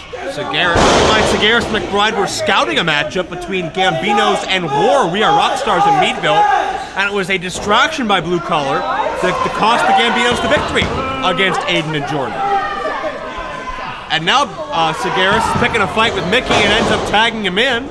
And none of these teams like each other, but we're going to see them tag in and out. Now, there's 2 different ways to play this matchup, Farnsworth, as we have a cover for 2, center of the ring. You either want to be in the ring to get the winning fall, or you want to stay out of the ring so you don't tire yourself out before there's a chance to win. Which way do you think is more successful? Well, being that I'm not an idiot, I'm going to go ahead and say stay out of the ring, stay rested, let everyone do the heavy lifting for you. Just because you get the first win, that doesn't mean that you get any type of bonus, you get any type of better pay. Wouldn't you say that momentum is important? No, I would say that staying rested and uninjured. Let's say Andrew Palace picks up the win. He has to fight the rest of this match with Marshall's boot print across his face, reminding him that he took a boot across the face. Whereas Blue Collar Slaughterhouse, standing on the outside, doesn't have such encumbrances. Do you see my point, Joe? All I heard was whereas and encumbrances. That's pretty much all I got. The double back elbow. Holla at your boy, Wildcard style. Nice guy Mickey down for the cover. We got 2 and no, says referee Troy Davis. And now Bronco tags himself back in. I gotta believe there's gonna be a collision between the Gambinos and Blue Collar where everything just completely explodes into bedlam. It may happen in this matchup, it may happen at a later date, but when it does, we could have a fight we have not seen in quite a number of years in IWC's tag team division. Yeah, the Gambinos are known to go ahead and take it to the sheets, if you know what I mean. They don't just let problems sit and hope that they work out. They go and handle Palace problems. from behind with a roll-up. Palace tried to capitalize on the ill will between Bronco and the Gambinos, and he almost snuck in a quick elimination. Keep in mind, I think Palace has also had the misfortune of being essentially the dummy that Blue Collar Slaughterhouse puts the Gambinos' faces on, and the Gambinos puts the Blue Collar Slaughterhouse's faces on. Yeah, it's like they're playing Can You Top This with Palace. Yeah. Palace was also the dummy as Sagaris goes for the cover. That didn't read the fine print of his contract, thought he qualified for Super Indy when he beat HD Cannon, but really realized he was just fighting as a surrogate for Bobby Fish. And 5 minutes gone by in this contest, I 5 think minutes. part of that led to, Palace maybe distancing himself from Team Big League a little bit and aligning himself more with Chest Flexor, which is an equally perplexing situation. Team Froflex. He got to be part of it as opposed to just a small cog of it. I can understand that. The goggles enthusiast. It's better to rule in hell than serve in heaven.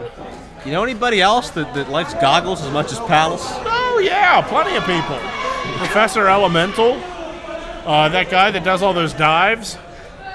Old Stinky Pete. Stinky Pete loves himself some goggles. What are you talking about? Goggle enthusiast. Are you not paying attention? I'm answering your question. Side suplex by Marshall the Bull. Got 2 and change. Marshall about 300 pounds of power. And Andrew Palace needs a tag desperately. Or a pair of goggles. Well, preferably both. Or else Flexer and company are going to be out of here. What benefit does Corey Futuristic serve in life? Well, he can tell you what's going to happen, being that he already knows. I don't think he knows what's happening right now. He's from the future. Of course he does. Have you seen him take a boot to the face? He's not in the match, but that's not going to stop the Gambinos. I think right now he's one of the smartest men out there for that. By default. Not taking boots to the face. Andrew Palace, your hero, who's in the ring, taking plenty of boots to his face. How is Andrew Palace my hero? You've said it. I've seen his picture up on your wall. Not even remotely close. How many times can this kid get kicked? Why would you be anywhere near the walls of my house? You invited me. Canasta night. It's like you don't remember anything, Joe. Segaris almost got disqualified there for not breaking before 5. Palace just looks out on his feet. This guy, I don't think he's long for the world as far as this tag match goes. And Mickey with a blind tag, I don't think Segaris realizes it. Now he does. Segaris just dumped Andrew Palace. See, Mickey wants the bragging rights here with this pin, and also beating people up is kind of a hobby and pastime for these guys. Yeah, well, and also he would have gotten the pin off of Blue Collar Slaughterhouse's work. Oh, jeez. Just folded him up. Good night. Wow. I'm surprised Palace, I think this guy's pretty much lost and confused, but I will give him credit.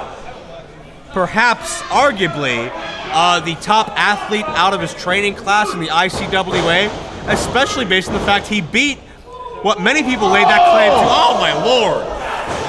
Did you see him just bounce off those knees? Oh, wait. We got Corey Futuristic in. Explain it to him, Corey. Corey Futuristic is going to die. Uh-oh. Uh-oh sums it up pretty well for that soundbite. And see you bye. Back to the future you go. I was about to point out the Palace defeated HD Cannon, which in my opinion makes him the top of his class. But you wouldn't know it now. Well, you know, top of the class is a subjective term, right? Earlier he would have been. Well, Palace with a desperation maneuver to take Mickey down, but he's a long way away from Brian McDowell. And nice guy Mickey had his bell rung with that enziguri.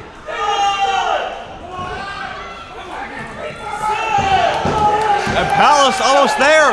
McDowell in as is Marshall. And whoa! McDowell just set down the bull in one shot. Yeah, throwing some strikes, ain't he?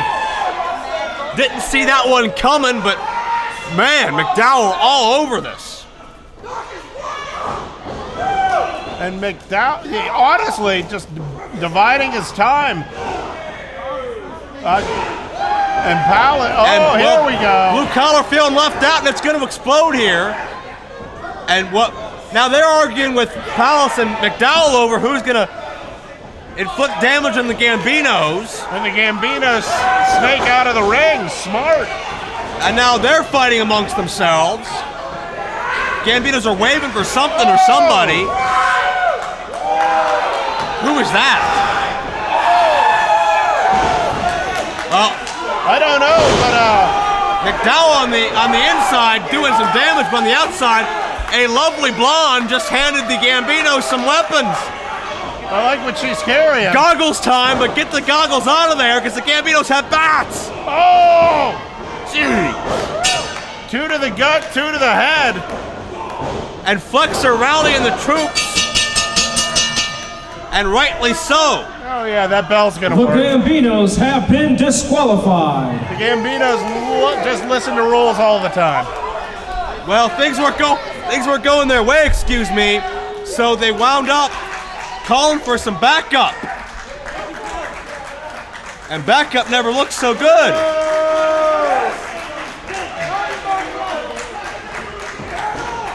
And now, Palace has the goggles.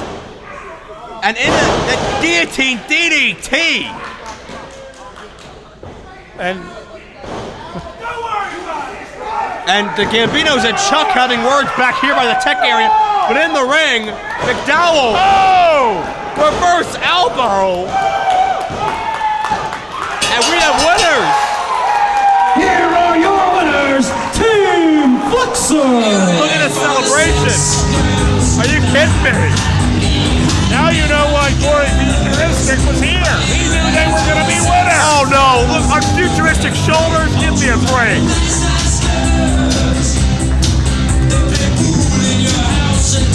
My gosh. What a ridiculous celebration. They won it, but Farnsworth, they got lucky. The baseball match did the hard part. Hey, luck is better than talent.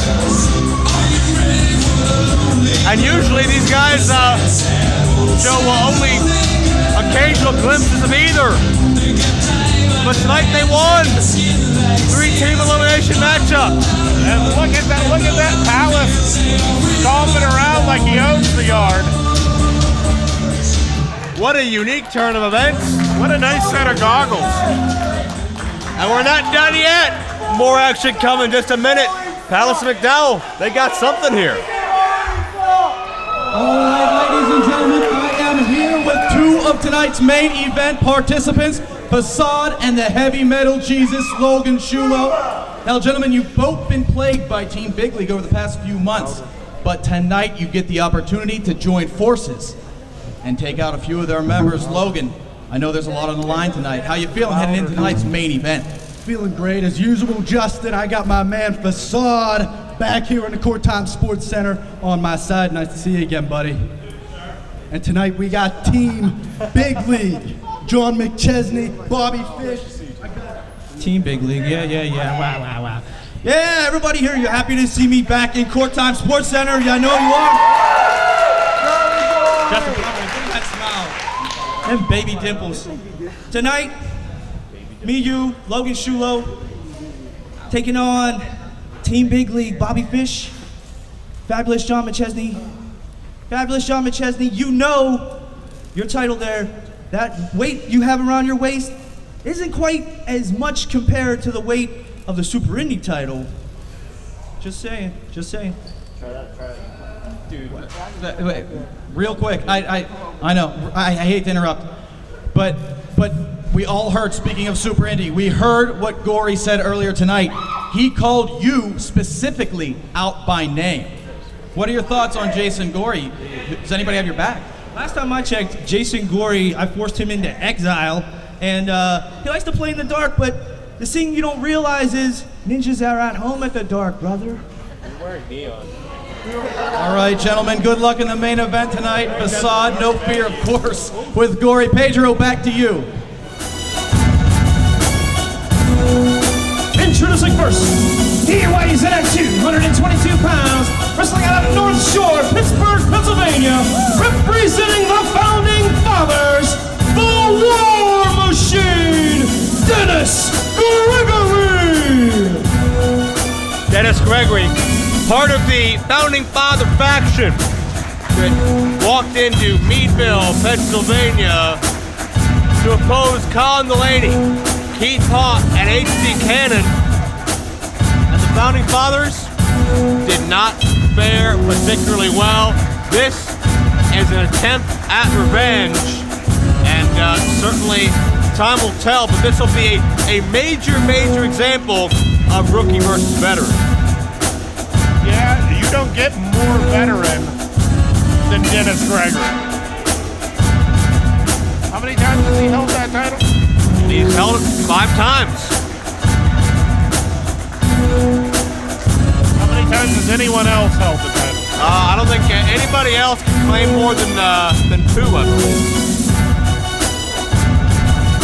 And Hentai and Vegas seem to be back in good spirits, taking some candids. Oh wait, we got one here. Well, they love to be the center of attention. I don't think they're in a good mood after the result of their number one contendership match earlier tonight. Not happy about it, but you move on. I think they're happy about the fact they're going to take it out on HD Cannon. How about that? Yeah. They do like to beat people. That's true. Another photo op. I haven't seen this many photo ops since Filipino Supermodel. And his opponent.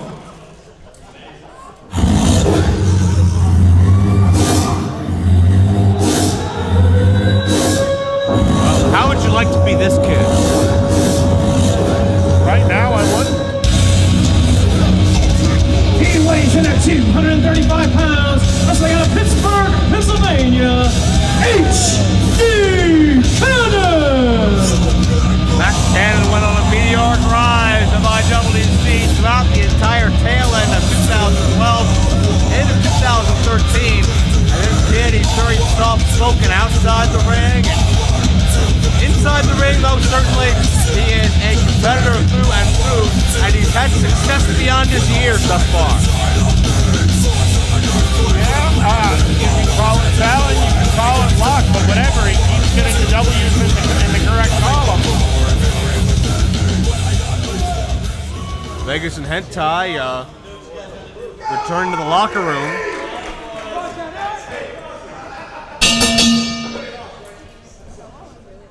And Dennis Gregory very upset over losing to HD Cannon in that six-man tag team matchup. And Dennis Gregory doesn't lose very often. He doesn't handle that very well. He doesn't know how to handle it that well because he doesn't do it that often.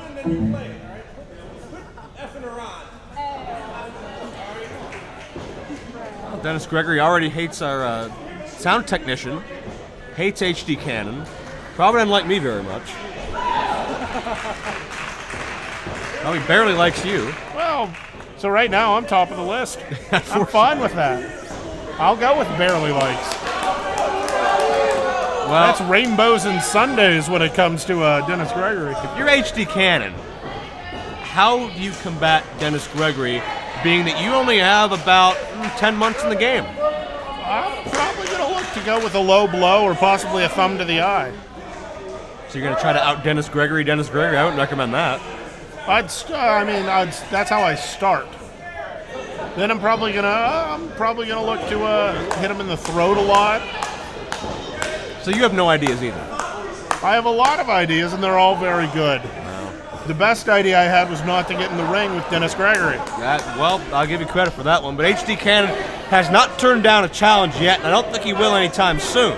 Especially with the rise he's been on, but certainly hoping to get some of that momentum back that he lost. With that defeat to Manager Palace you mentioned earlier that kept him out of Super Indy. What a momentous night that would have been for HD to qualify for Super Indy in his rookie year. That's my son. I ain't going down. This ain't no middle picture wrestling, all right? Well, Gregory, always no shortage of comments. And Gregory's the guy that can beat you with his mind before the match even starts, really. Yeah, very true. It doesn't matter what you think. He will convince you of what he needs you to think as the match goes on. Well, notice the extended delay in starting this matchup's no accident. He can tell HD is very eager and very anxious to get this matchup done. Probably very nervous facing a 5-time former champion. Gregory is just showing he is at home and comfortable, and that this match will start when he dictates it starts. And frankly, it's going to irritate and throw HD Cannon off his game a little. And that is exactly what Dennis Gregory does best. Find a small hole, make it a big one. Can't argue with you. As HD Cannon with the hammerlock. Gregory reverses.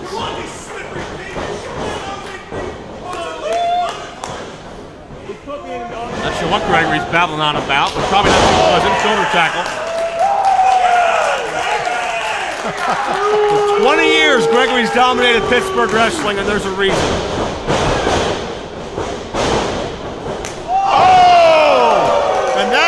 hit right there. And even with all the battle scars Gregory has, still able to stay a step ahead of the youngster. And well, just barely got 2, and I think that surprised Gregory.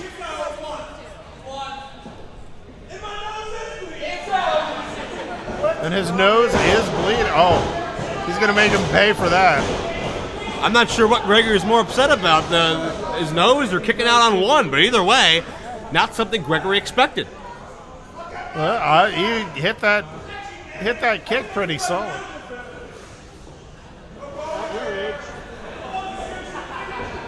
And Gregory just measures HD Cannon, slowing this down. And Gregory measuring HD Cannon. It's a Gregory type of match, but HD looking to change that. Catches him down with a backbreaker. And he maintains the grip. We're going to see it again? That's power. That's power right there. That's why they call him HD. Didn't get the second backbreaker flush, but certainly damage was done. And now HD staying on him. Smart. Near fall, though.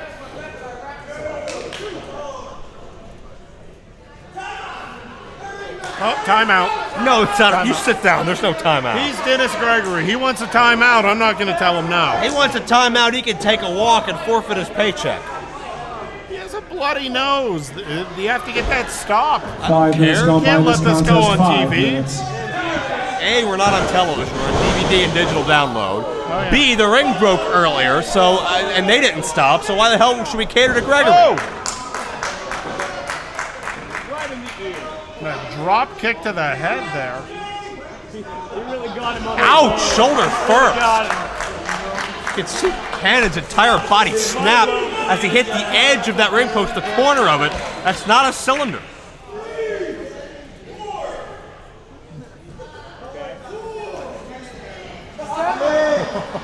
Gregory having a good time right now. And I think one of the fans at ringside sped up the count, and Gregory fell for it.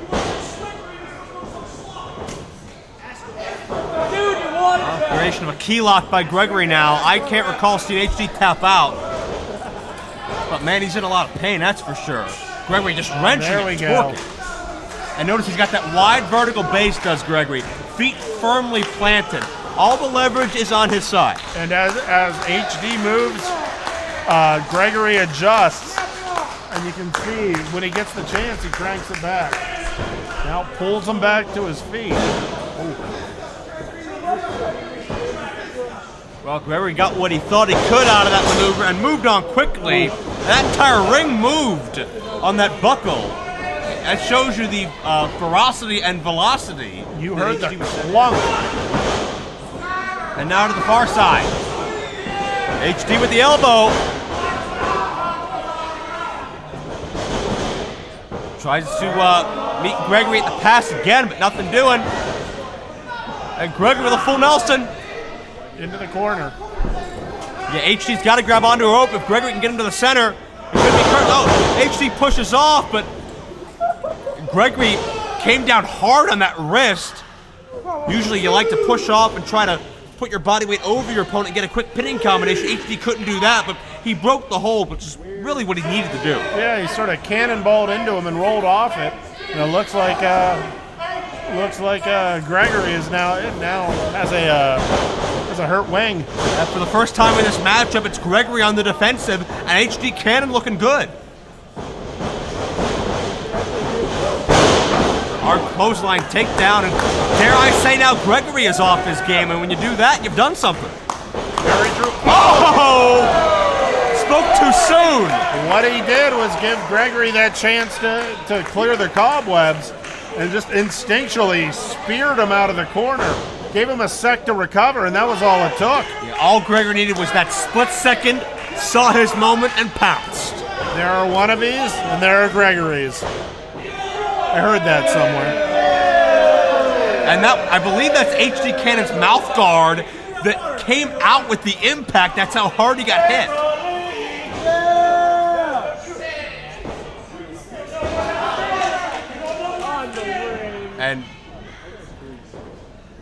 Well, put it back into his mouth, saying you're going to need that, son. Wake up.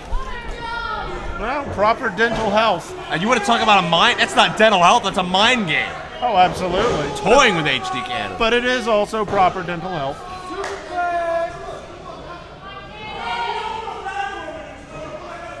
And Gregory feeling pretty good about himself, erasing the memories of Meadville as he looks to go in for the kill. He has him straddled on that top rope. One leg in, one leg out. Not ideal if you're looking for that superplex. HD pushes him off. And now second turnbuckle on the inside. And the crossbody. Gregory reverses. He had the trunks. But still, the weight, he just couldn't get the weight underneath them.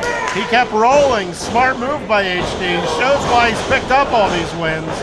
HD now going leg sweep. Beautiful float over on top. HD Cannon gets a near fall. Solid side Russian leg sweep. 10 minutes gone by in this contest. 10 minutes. The cage. Oh, Gregory the roll up. Got him. No. And an even matchup, 10 minutes in to go this even with Gregory is an accomplishment. Yep. Oh, HD elevates Gregory.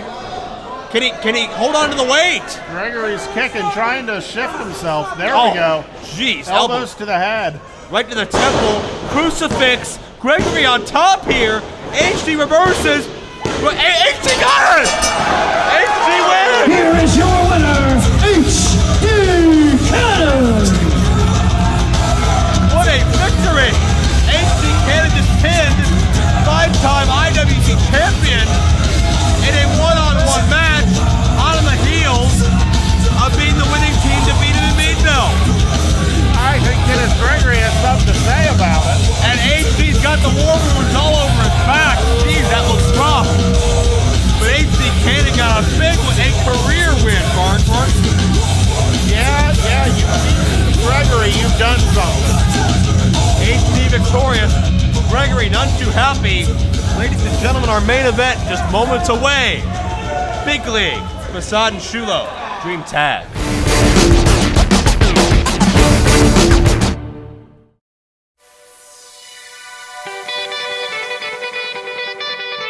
Lay.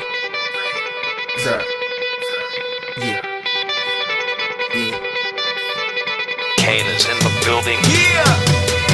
Alright, already the show goes on all night. Till the morning we dream so long. Anybody ever wonder when they would see the sun? Just remember when you come up, the show goes on. Alright, already the show goes on all night. Till the morning we dream so long. Anybody ever wonder when they would see the sun? Just remember when you come up, the show goes on. Have you ever had the feeling that you was being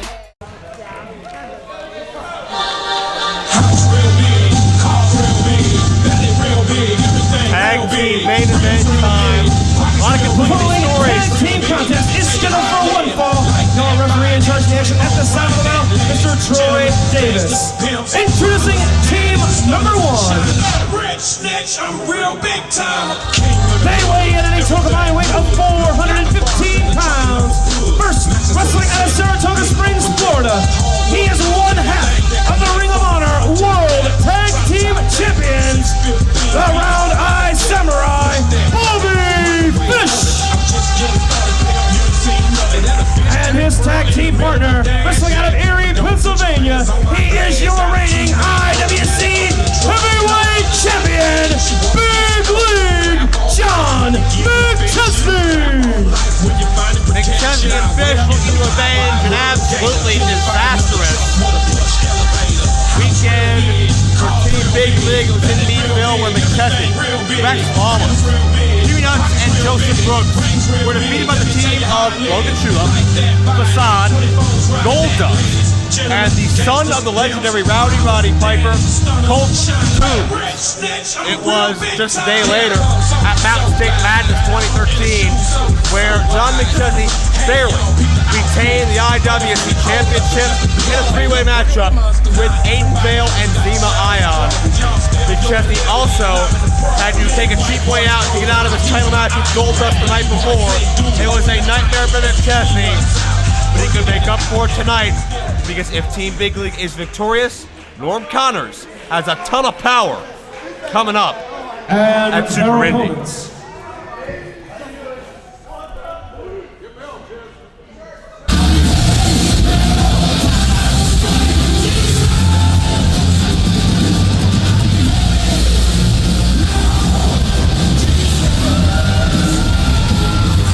First, he weighs in at 221 pounds. This way out of Pittsburgh, Pennsylvania. He is the elite athlete, the front man, the heavy metal Jesus, Logan Shulo. Logan was going to exit 2012 with both IWC Singles Championships. Team Big League pulled the big coup. Just threw Shulo out of that title at the end of 2012. And at the beginning of 2013, the Super Indy title soon followed. Shulo went from everything to nothing in the blink of an eye, looking to avenge it.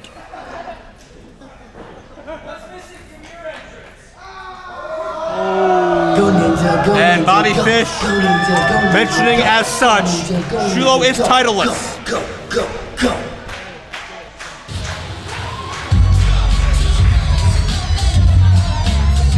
He weighs in at 185 pounds, and he's roaming the streets at night, creeping while you're sleeping.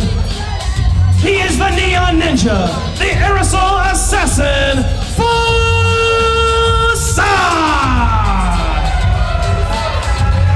The last time we saw Facade was this past December, when he had to forfeit the Super Indy Championship before the Logan Shulo Facade scheduled title for title matchup.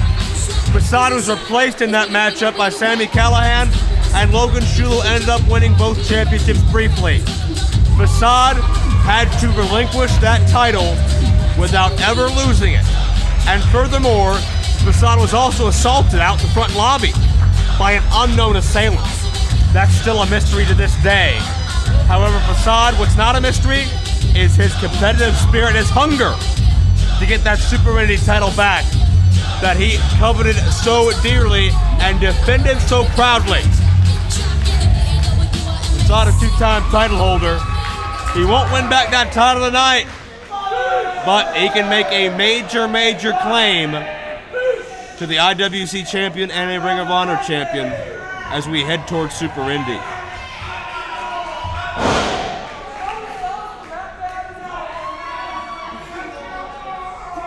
I believe McChesney has the microphone. That's what I saw.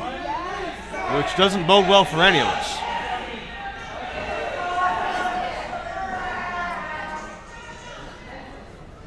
I got a quick update from Team Big League here. I saw this laptop in the back, was watching a game. Final score, New York Islanders 4, Pittsburgh Penguins 3. Well, so much for my DVR at home, but in any event. That's why it's a series. That is. Of course, by the time you folks at home watch this, the series is likely over. But McChesney can't pass by an opportunity to just rub it in the face of these Pittsburgh area natives. But will the visiting team be victorious here in this matchup?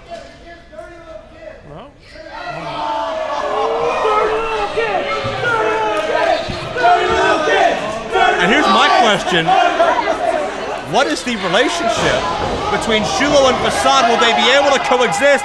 Keep in mind the last time they were both here in IWC was as part of that 8-man tag, but before that, they were at each other's throats competitively, fighting over both singles championships. Very true.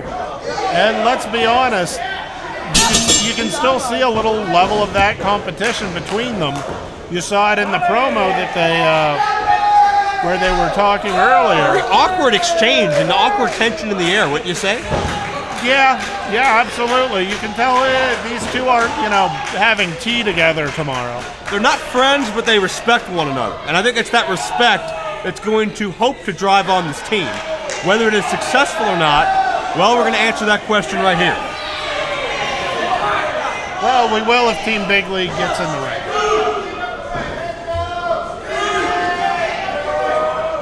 Why does McChesney want the ring cleaned up? Complaining about something. Bobby's beard! Bobby's beard! Bobby's beard! Bobby's beard! There's that cheering section again that for some reason has been into Team Big League all night. I wouldn't be surprised if Big League brought them in. Wouldn't surprise me in the least at all. We were talking about that earlier with Justin Plummer. The fact that we may have plants here. Which is fine. If you can pay people to cheer for you, then by all means. You can't think of a better use of money. Sure I can, but if you have it, you want to do it, why not? I see. Bobby Fish, the Round Eye Samurai, one half of the Ring of Honor World Tag Team Champions, along with Kyle O'Reilly. Together they are Red Dragon. So, if you're John McChesney, I couldn't envision a better tag team partner to choose. I've said that having Bobby Fish here is perhaps the best thing that Big League could have done. Well, perhaps the best choices made. Nothing against the other members of Team Big League, but. Hi, Bobby. Now keep in mind that if Team Big League is victorious, then executive consultant Norm Connors will get to choose the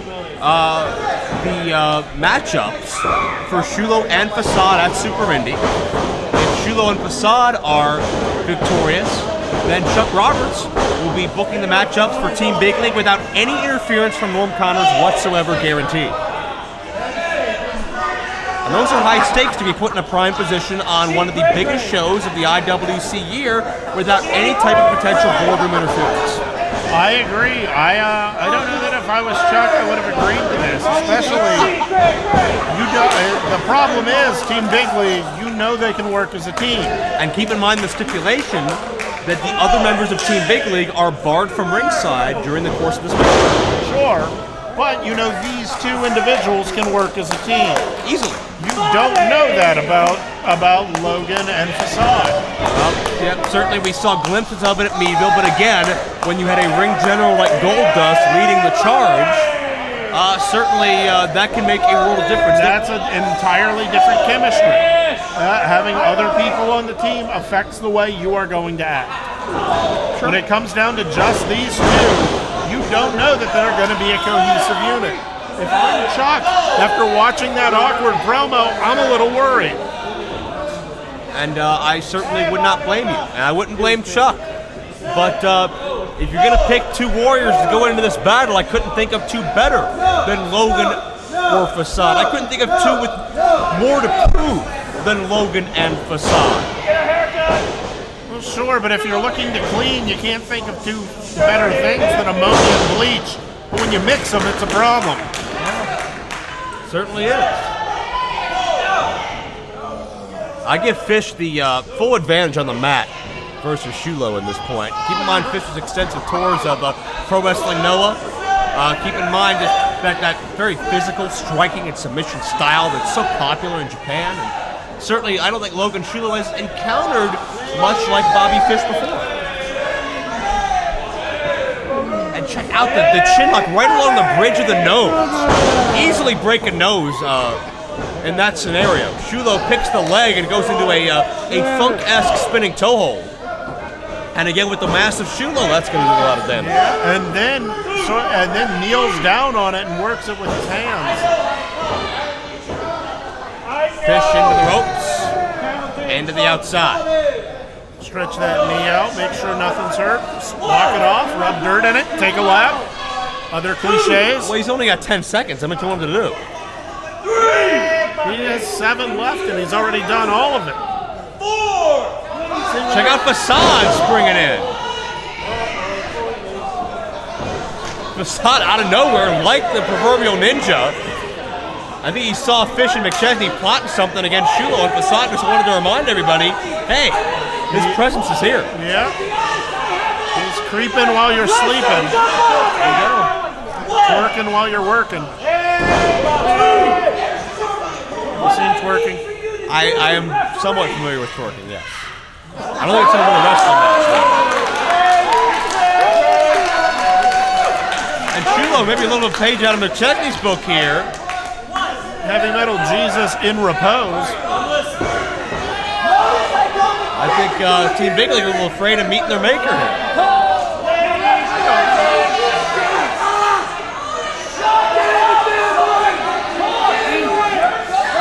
Well, our 10 count obviously stopped, so they do have time to do everything you listed. And that's a lack of institutional control on those officials' part. The count stopped when Facade started to tightrope walk the ropes. Now he's resuming. 5 minutes gone by in this contest. 5 minutes. I think Team Big League going to try to rip everybody off and take a walk. They do that, they're not getting paid. And Norm is not getting control. Exactly, and that's what they want at Super Indy 12. And our live crowd heard this before this matchup. ACH, the newest standout in Ring of Honor, is the 8th entrant into this tournament. There's certainly more to come, and with ACH, Extreme Tiger, Gory, Rave, Tony Nese, of course, the champions, Shane Strickland. What a diverse and what a high-octane Super Indy field, one I can't remember seeing in a number of years. Very true. Well, Super Indy has always brought a cornucopia of talent to IWC. A cavalcade, if you will. A mishmash, a miasma, a whole bunch of talent.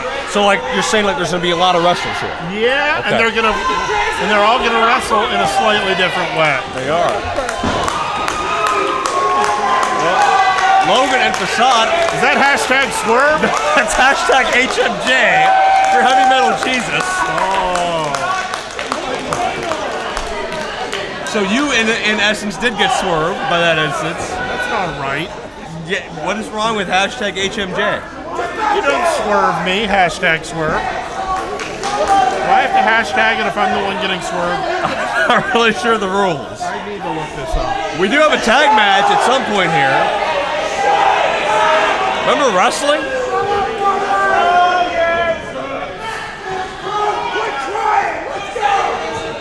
Well, referee CJ Sensation is trying to get order back in the ring. I don't believe that's CJ Sensation. Really? That is actually Troy Davis. Troy Davis? Yes, with the D. And McChesney's throwing his shirt.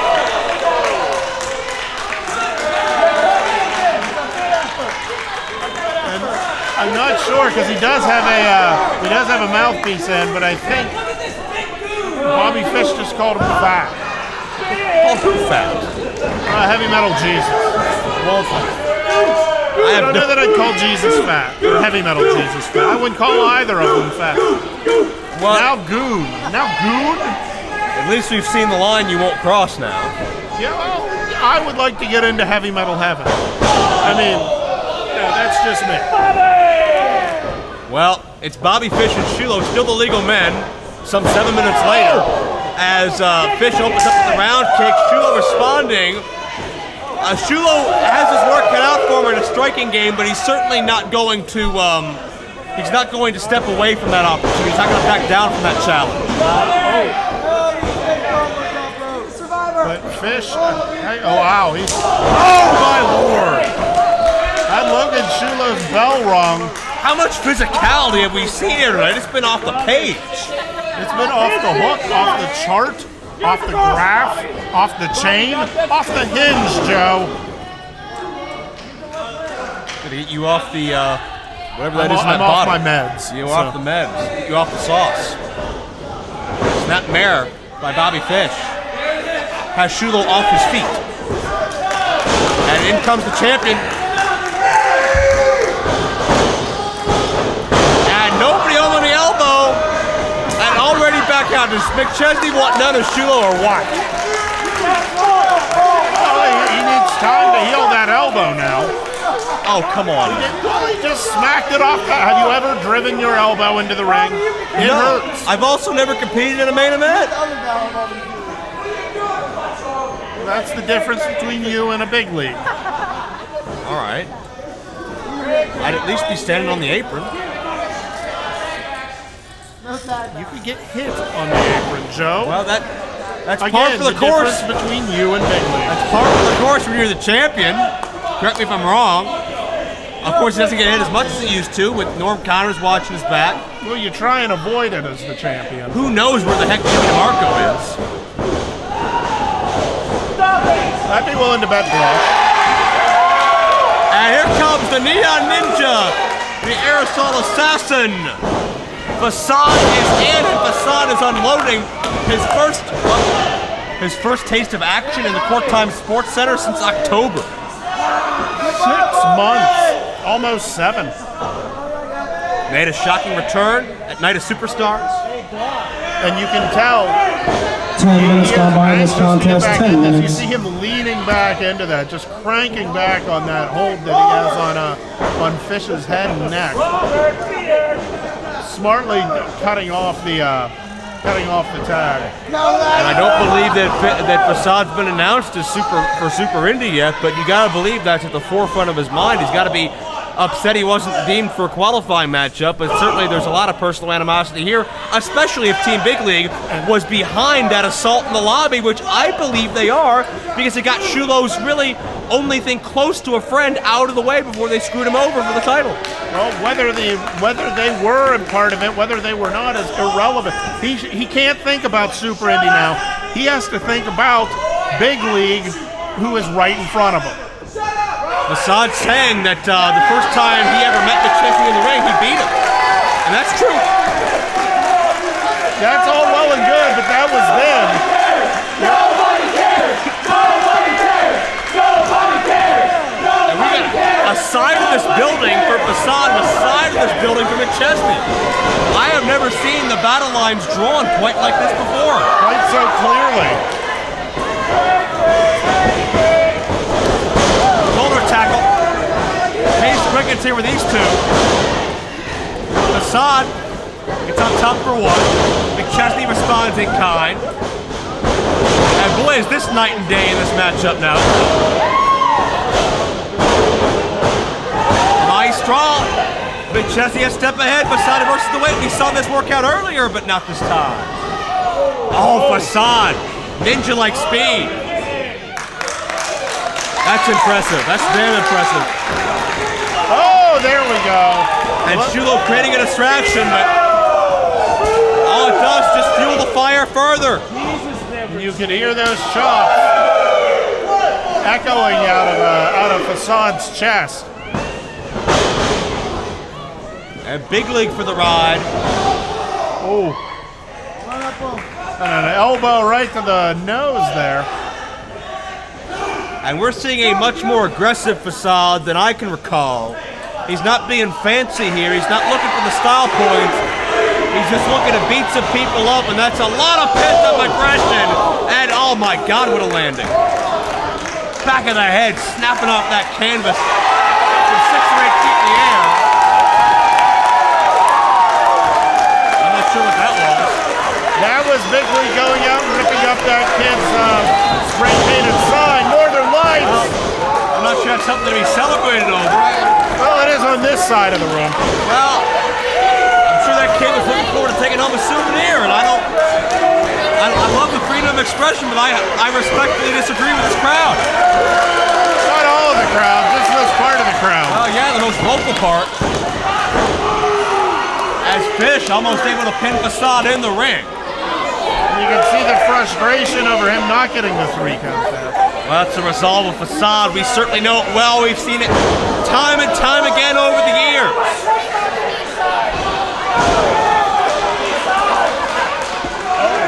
And that fan is angry. Oh, no kidding. I believe that was. I believe that's the mother of the kid that got the sign rep. I hope we have her on camera. Roll up, but Facade all over the ropes. Fish dragging Facade over to his side of the world. Just in case you folks at home are not aware of what is going on, there's a very uncouth woman doing very unwomanlike things, gesturing toward Bobby Fish. Well, that's sexist. Unladylike things, better? That's debatable. I mean, you may want to write a letter to her finishing school. Well, something like that. In the ring, McChesney looking to finish Facade. basement drop kick. Into the lateral press. Finds 2, and that's all he'll get. Now, if you're Norm Connors, who do you book Shulo and Facade against at Super Indy? I'm going with that lady in the crowd first. That's a good idea. Reverse chin lock, McChesney, just grounding Facade. Grinding him there. After that, I'm probably going to look to see if, whatever happened to the Kings of Wrestling. Are they out there? See if you can book them against them. I think they're kind of busy. Maybe the Twin Towers. Hakeem's out there. He is out there. Got a great t-shirt too. He's hanging out with Tony Atlas. That's that song. Nick Chesney. Going for the tag. In comes Bobby Fish.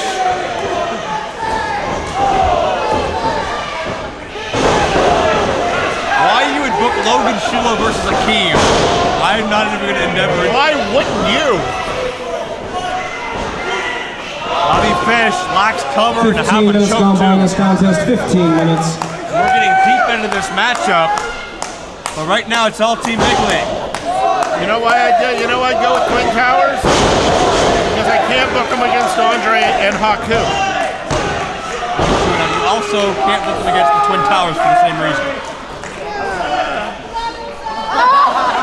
Chin lock.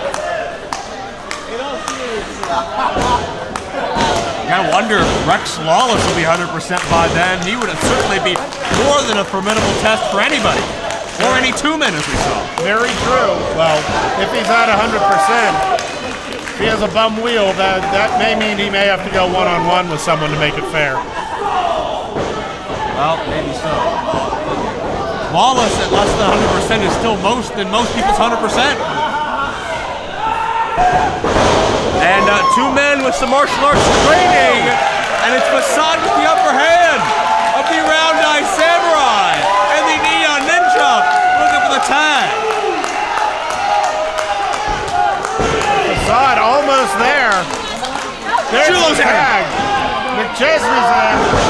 Oh! McChesney running right into some hard clotheslines. Logan's been waiting for this in this building. Airplane spin, and down he goes. Spun out into a backbreaker and a senton. Retribution for being screwed out of the tyrant. No.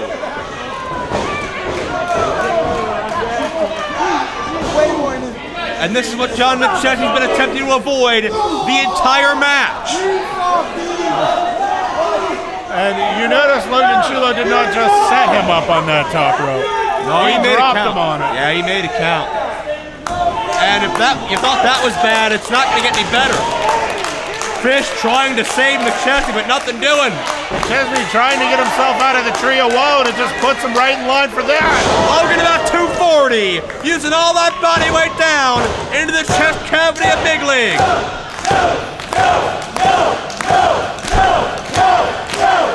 And now, here it comes. But to finish him up, no. Slips out. That would have been it, that power bomb. That would have been divine intervention for sure. McChesney just sort of pushes out of it. And Shulo sidestepped McChesney, tagging to Fish. And I don't think Shulo saw him coming. I think Shulo was just trying to clear the cobwebs. Fish sort of twisted him a little bit on that suplex. Yeah, Bobby Fish takes over right away. Oh! And I can't remember the last time I saw someone's momentum just cut down that quickly. Well, he just planted a foot into his chest. Uh-oh, here we go. Half Boston Crab, variation of it. A torture half crab almost. If such a thing exists. Well, if not, Fish is inventing it.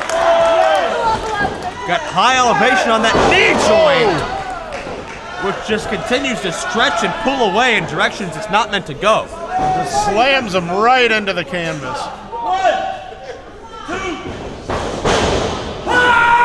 Logan sent in. Nobody home in the corner. Can Shulo make it to Facade? Oh, he collapsed halfway. Shulo collapsed. And now got the tag. Facade is in. And now Facade, his turn to unload.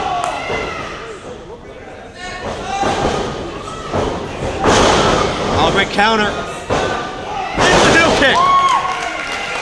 20 minutes gone by in this contest, 20 minutes. And McChesney involved now. And Team Big League, knowing the stakes at hand, the chance to book their own matches at Super Indy, to call their shots. Facade breaks free. Connects with moonsault. And it would have been it if not for John McChesney. Shulo, there's that kick to the face. Leads with a big boot. But Fish responds. What a back and forth war this has been. And again, back of the head. A knockout shot. But McChesney's not legal.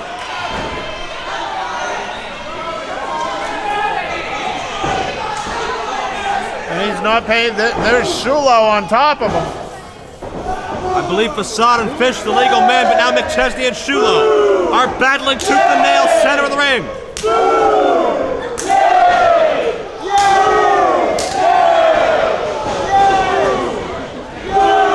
Shulo getting the upper hand. No easy feat. Oh, there we go.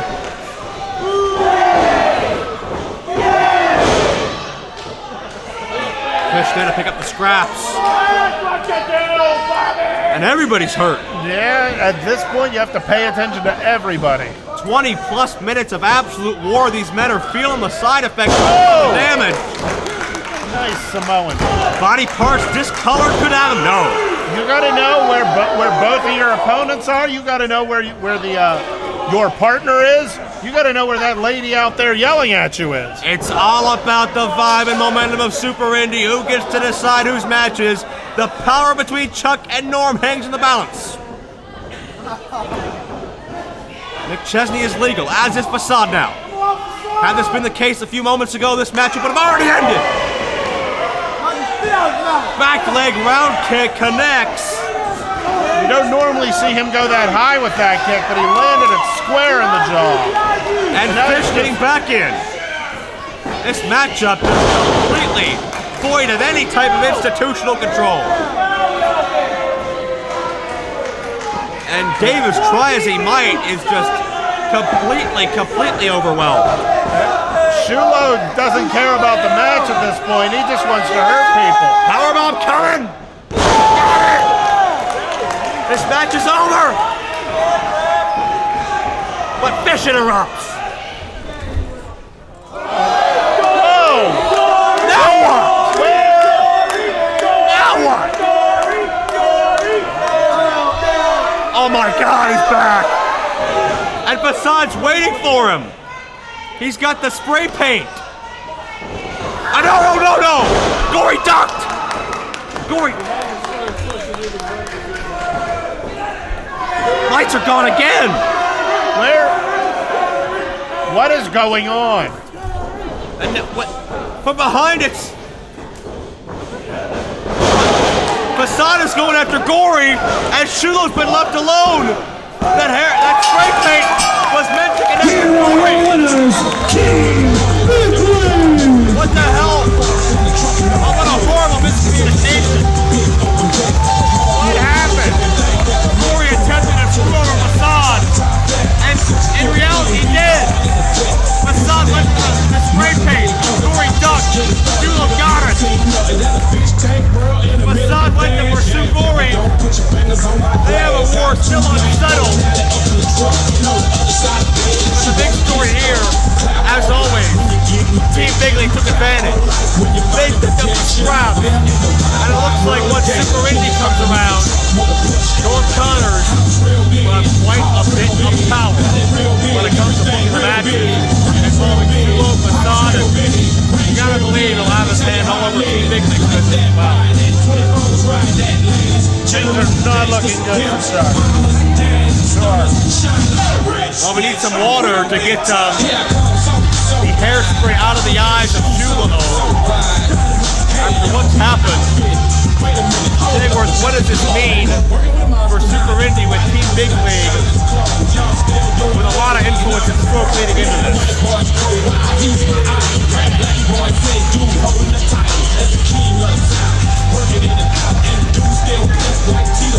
Logan Chulo is irate. Logan Chulo is a man possessed. Logan Chulo is once again a man who gets screwed over by happenstance. I can't blame him. I don't blame him for being angry. And he has a temper. I don't know that I'd be. Oh, hey! This guy's lost his mind.